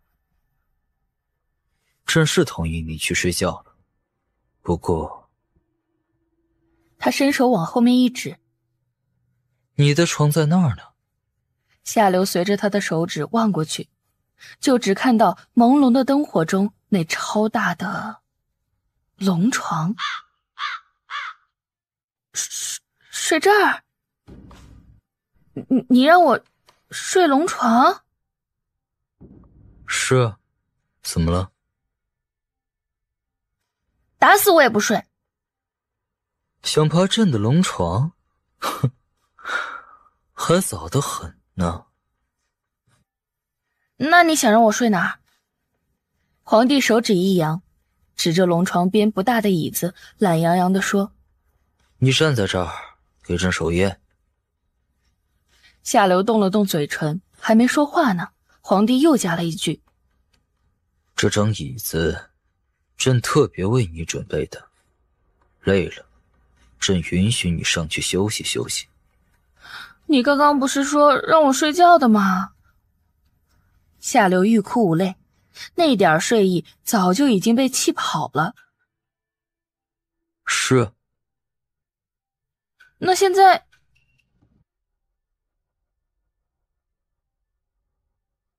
朕改变主意了，不行吗？他现在还能说什么？能说不行吗？夏流想，这哪是个皇帝啊，这分明就是个流氓无赖，好不好？又过了2刻，夏流看着正在床上睡觉的皇帝，气得手直抖。四周静悄悄的，一切的声音都静止在夜幕中，看着房中摇曳的小灯火与床上睡得正香的皇帝，再看看自己，夏流的心中就忍不住生出一股凄凉。凭什么他要没事被打个半死？凭什么人家好吃好喝好睡，自己偏要被虐待呢？想着想着，不禁悲从中来，眼泪就这么哗啦啦流了下来。夏流抽泣一声，站了一晚上的脚实在疼痛不已，偏偏屁股又疼，连坐也不能坐，一时间只能蹲在地上，哭得忘我。在21世纪，他哪里能受这种委屈？连打都没被人打过，一到了这边被打得半死不说，还要时不时担心自己的小命。那些连日来的怨呐、恨呐，压抑了这么久，终于不能自已的全部都用眼泪发泄了出来。他死死咬着嘴唇，不想吵醒狗皇帝，免得待会儿又要被他笑话了去。可是哭着哭着，他想，他干嘛要在乎他的看法呢？这样想着，终于不再压抑，大声地哭了出来，压在喉咙里一声一声的抽泣，在安静的夜幕中显得甚是凄凉。忽然，黑夜中传来一声叹息，夏流一愣，抬起了头，腰上骤然一紧，人已经被带到了床上，刚想挣扎，却听皇帝声音极低的传来，很是温柔：“睡吧。”他尝试着动了动，挣扎不了，夏流索性将头埋在被子里，哭了个够，又担心狗皇帝会对自己做什么，身体始终僵硬着，不曾放松。许久，听到身边的人呼吸绵长，显然已经是睡熟了，这才狠狠瞪了他一眼。敌不过困意，心想这一晚就将就一下吧，于是在不知不觉间睡了过去。等夏流睡着，皇帝骤然睁开眼睛，有些不敢置信地看着怀中的人，尤其是自己的手还固定在他腰上，许久许久不曾移开目光。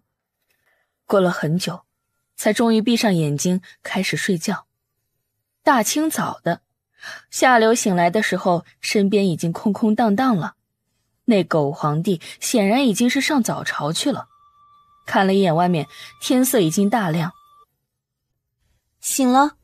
这时司音的声音传了过来，这一大早上的还是在别人床上，着实吓了夏流一大跳。醒了。夏流此时只想找个地缝钻进去。醒了就先去洗漱吧，奴婢给您留了份早点。夏流抱着司音，在他脸上重重亲了一口。谢谢你，司音。司音身体僵硬，嘴角开始抽搐。夏流哈哈大笑，不是他的窘迫，打量了自己一眼。身上的衣服完好无损，看来那狗皇帝还是挺君子的，没有做什么不该做的事情。夏流想，自己终于也算是爬上过龙床的人了，还不知道今后在这皇宫会怎么传呢。不过管他呢，反正自己清者自清。早点是在御书房吃的，夏流大口吃完以后，正准备趁人不备溜回杂役房，结果狗皇帝下朝了。彼时夏流正贼眉鼠眼地观察形势，冷不丁的，皇帝的声音就传了过来：“小骗子，你又准备干什么？夏流吓了一大跳，侧脸一看，那不正是狗皇帝？看他一脸笑意，那眼瞳深黑深黑的，貌似心情还不错。夏流困惑，皇帝皱眉，又叫了一声：“小骗子。”在。你又在想什么？我正准备去看秀容公主呢。决定了，等秀容公主的事情一搞定，夏流就离开这里。这暴君不是也说了吗？只要秀容公主原谅自己，伤也好了，证明自己真的是清白的，就能离开这里。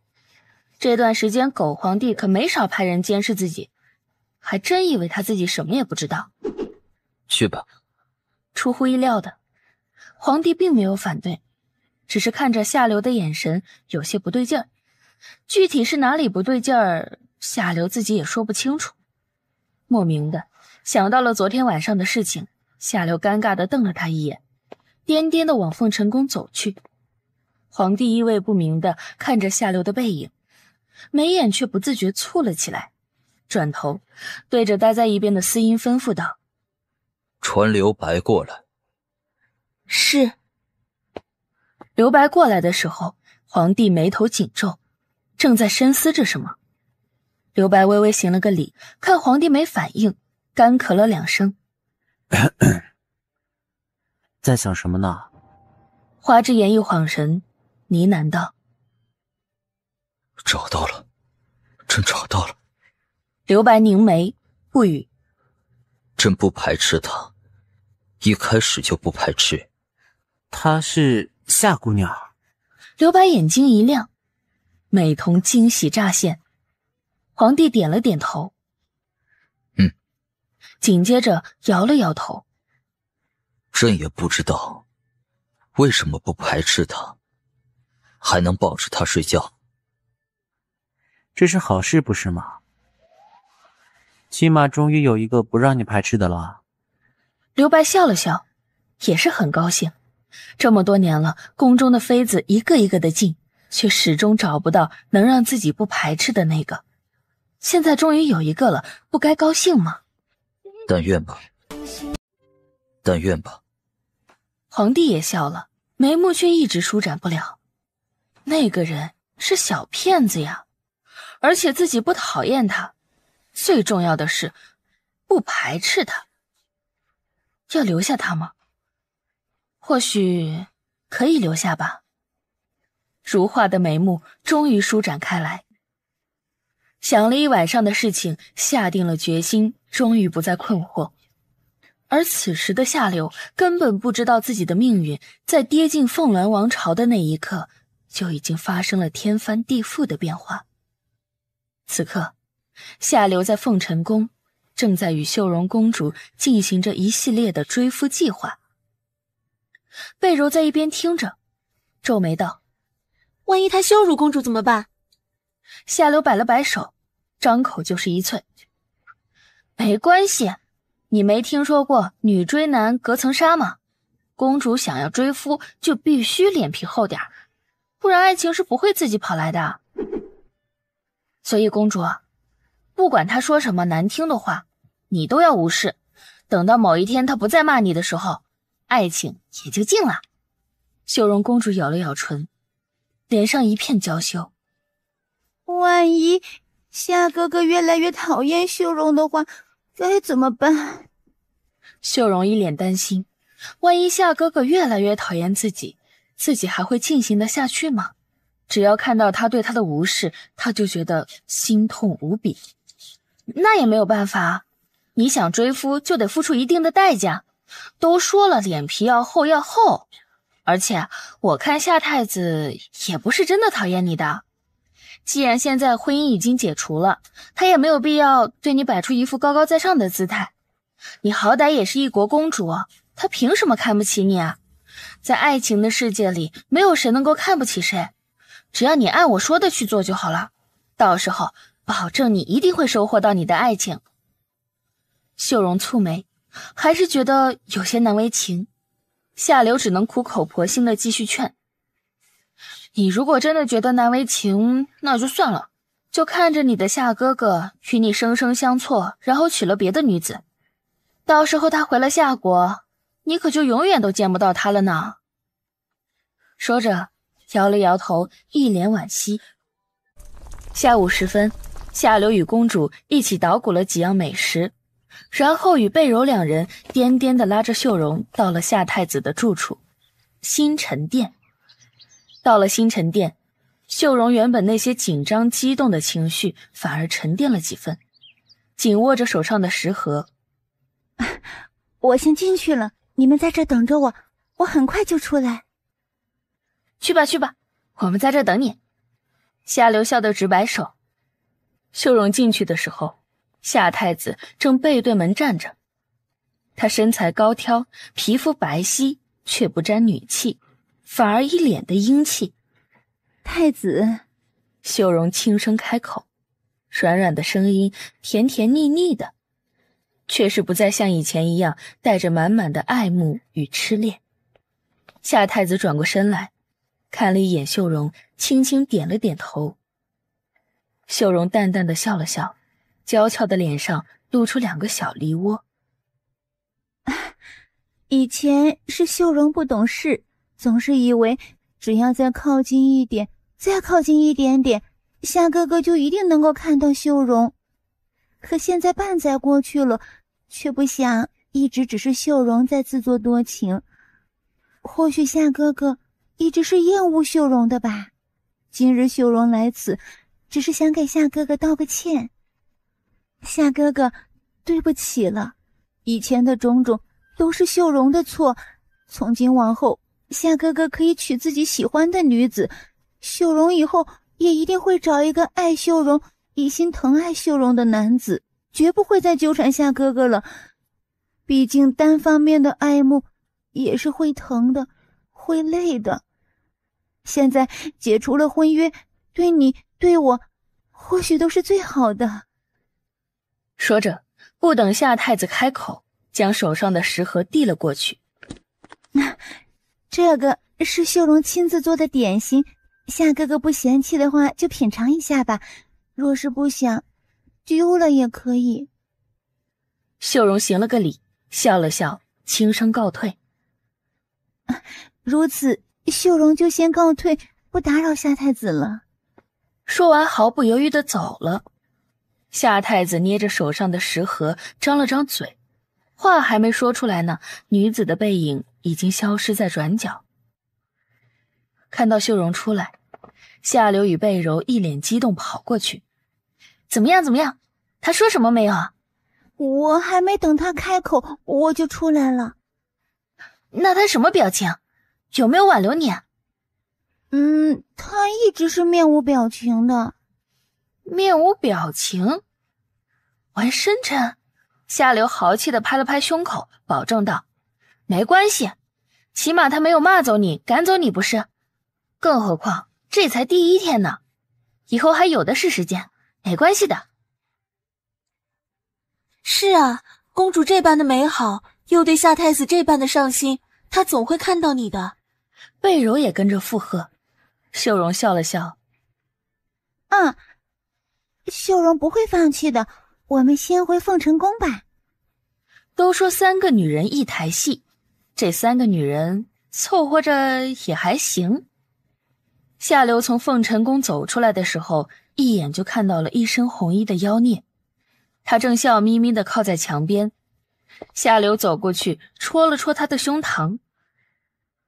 嗨，又一次见面了，你来看秀容？夏流悲催地发现，每一次见妖孽都是一次全新的认识。此妖孽为什么会记不住任何女人呢？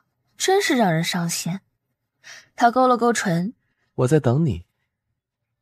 你认得我？你记住我了？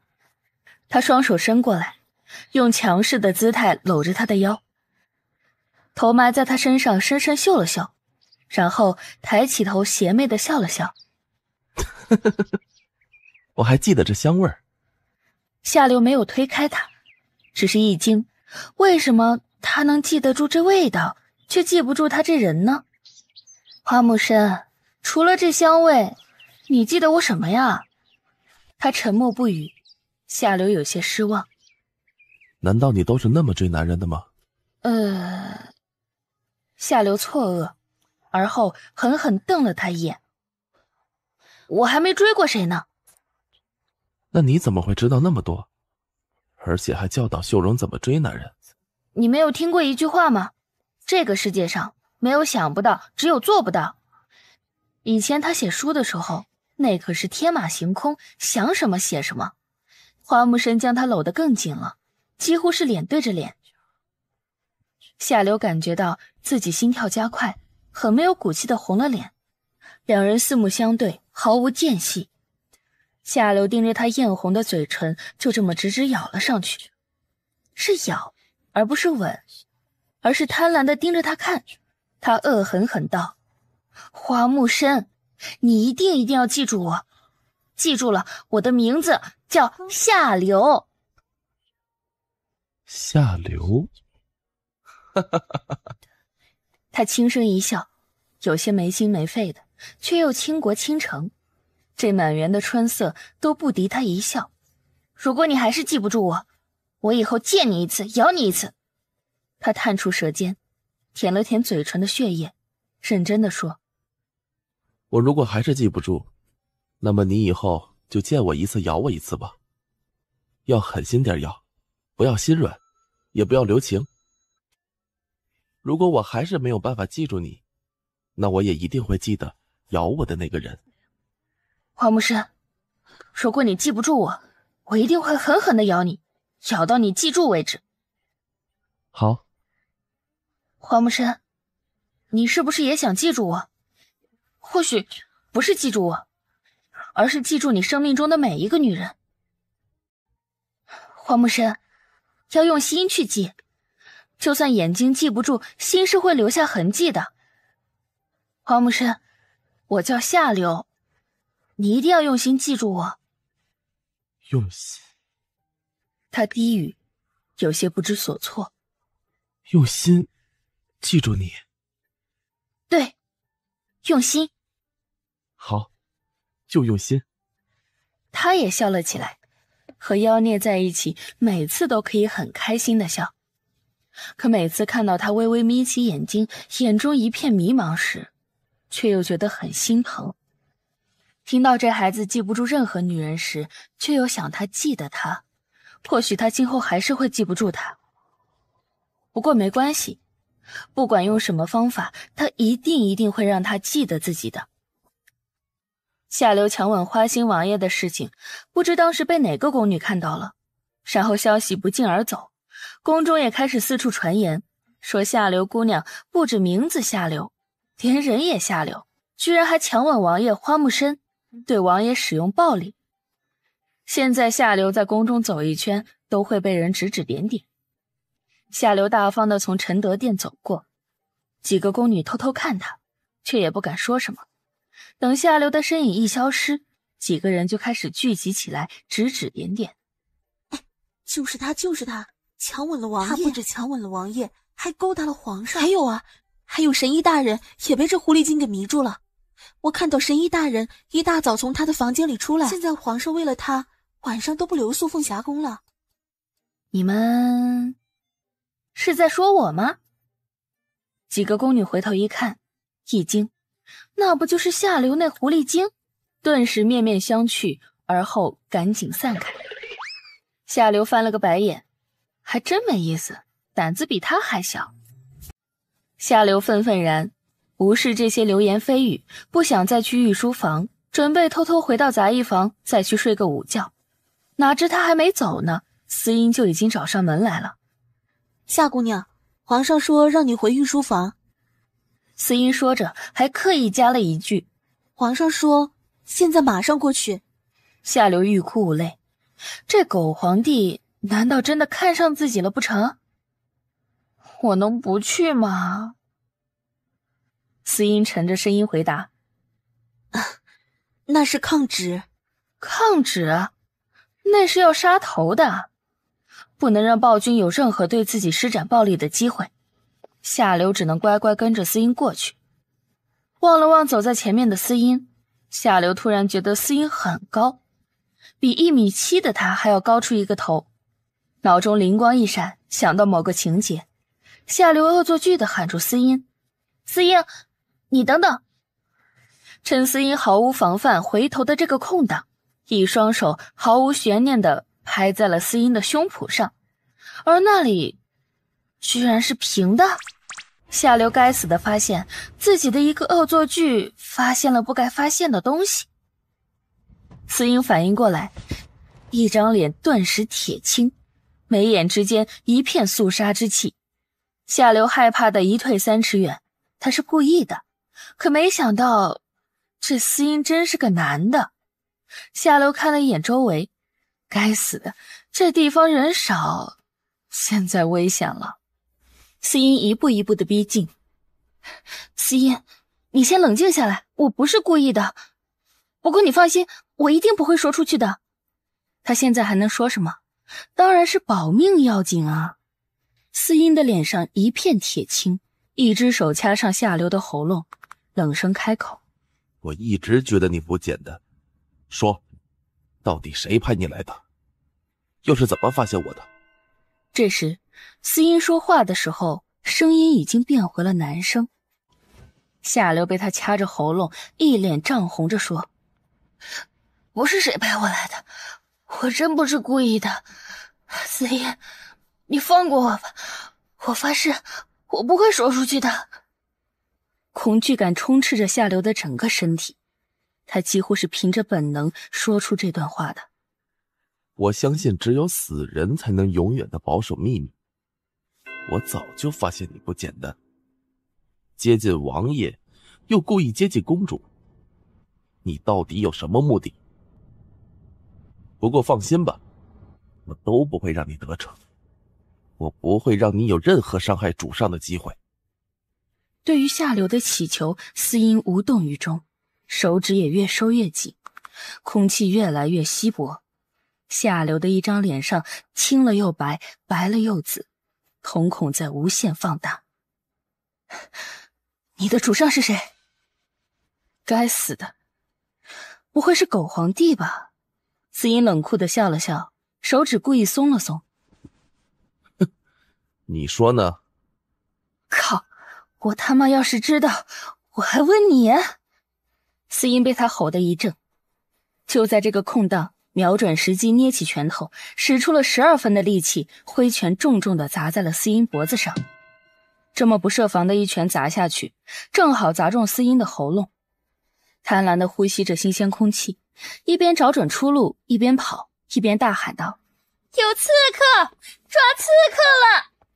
可惜的是，这条路人烟稀少，没跑2步，手臂已经被追上来的思音一把抓住。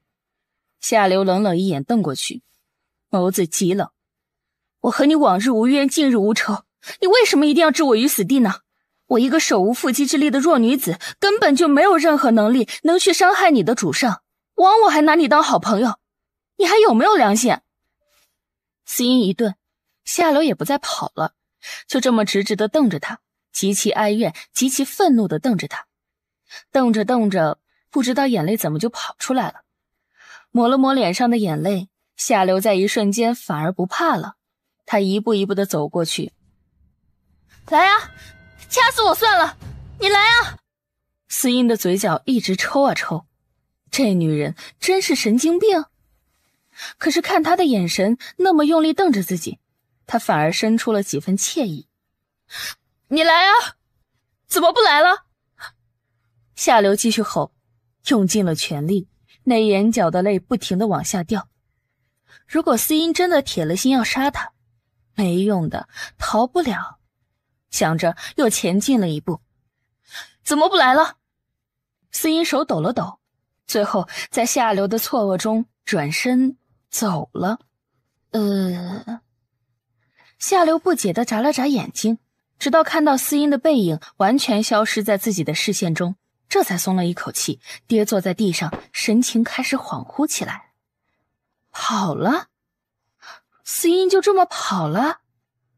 这是不是就证明自己没事了，不用死了？他深深地呼吸了几口气，这才有种死里逃生的感觉。只是这司音为什么说跑就跑呢？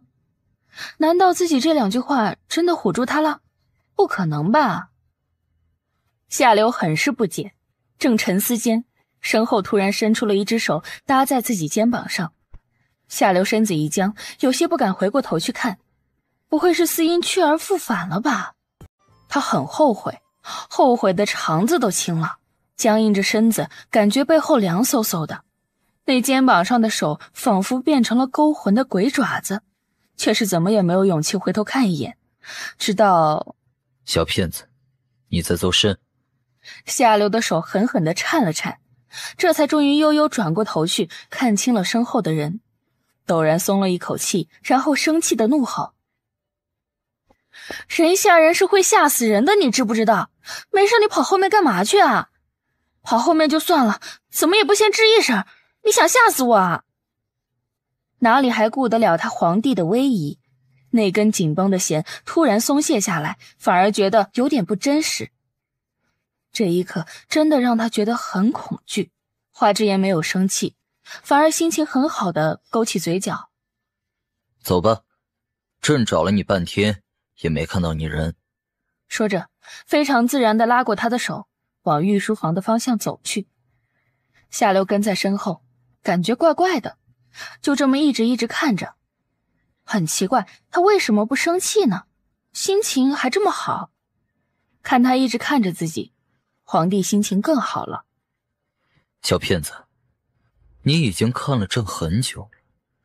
你很奇怪，你怎么知道我在这里？还有，你怎么不生气了？你找我有事儿？朕找了你半天，会在这里找到你也不奇怪。还有，朕为什么要生气？朕是那么小气的人吗？上一次只是想给你个小小的教训，至于现在没必要了。想到上一次的事情，猛然甩开了他的手，啐了他一口：别跟我提上次的事情，姑奶奶我还气着呢，没说原谅你。朕说了，原不原谅是你的事，朕可没说需要你原谅了。行啊，不原谅，那你牵我手干什么？朕想牵就牵。夏流眨了眨眼，疑惑地问：你不会真的喜欢上我了吧？花之言抬眼看着他：这么认为你心里舒服的话，那就这样吧。忍住要揍他一拳的冲动。我又不喜欢你，干嘛要那么认为？更何况我有喜欢的人了。喜欢的人？说到这个，夏流的脑子里突然蹦出了妖孽的脸。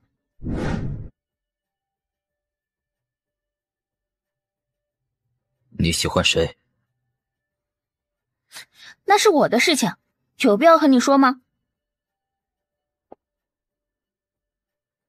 你喜欢谁？你不会真的喜欢我了吧？看他这样子，不会是在吃醋吧？这狗皇帝喜欢自己？以后自己可以仗着狗皇帝的喜欢当螃蟹似的横着走了？花之言神色有些不自然。谁喜欢你了？再说了，就算朕喜欢你又能怎样？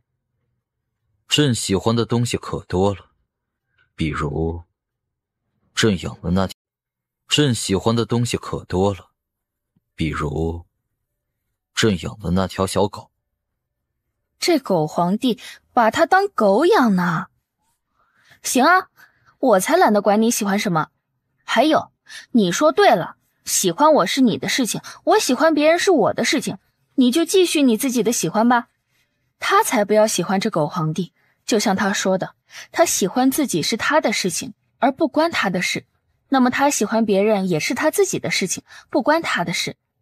想到这里，夏流拍了拍他的胸脯，冷冷道：姐奉劝你一句，别迷恋姐，姐只是个传说。说完，再也不看花之言一眼，蹦蹦跳跳的进了御书房。别迷恋他，他是传说？花之言满脸黑线，他还传说中的传说呢。夏流跑进御书房的第一件事情就是找自己的包包，可是翻遍了整个御书房也没有熟悉的影子。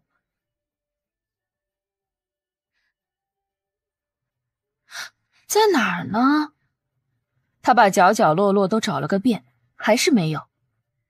小骗子，你找什么？我的包包你放哪儿了？皇帝冷笑道。想要？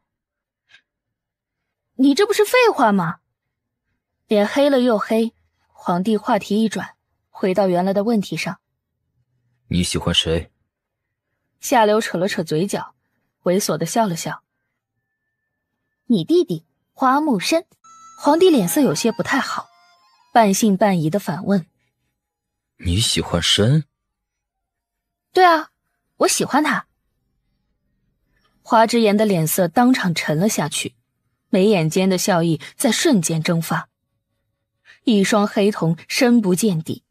他直视着他，睫毛下的双眸骤然冰冷，神色带着极致的莫测，嘴唇抿得紧紧的。夏流也发现了他不对劲儿，有些小心翼翼的，他试探地问道：你怎么了？他说他喜欢狗皇帝的弟弟花木参，狗皇帝听了所以不高兴。他是嫉妒了还是吃醋了，亦或者是在生气？他认真地看着他，死死地看着，就是不说话。过了许久许久，他才开口说话，一开口声音有些嘶哑，有些色意，有些不甘，有些无奈，总之五味杂陈。能不能不要喜欢他？这还是他认识的狗皇帝吗？错愕地瞪大了双眼，这一瞬间夏流怀疑自己幻听了。他揉了揉嘴唇，想要说些什么，但他能说什么呢？说可以不再喜欢花木参？可是不行啊，他喜欢花木参是真的多过这个皇帝。他移开目光，有些不敢看他。他等着，却迟迟等不来一个答案。于是他沉默了，周围的一切仿佛都静止了，有种让人透不过气来的感觉。最终还是他先开口打破了沉默，声音却仿佛结了冰似的动人。滚！回你的杂役房，没朕的命令，不准踏出半步，否则朕打断你的腿。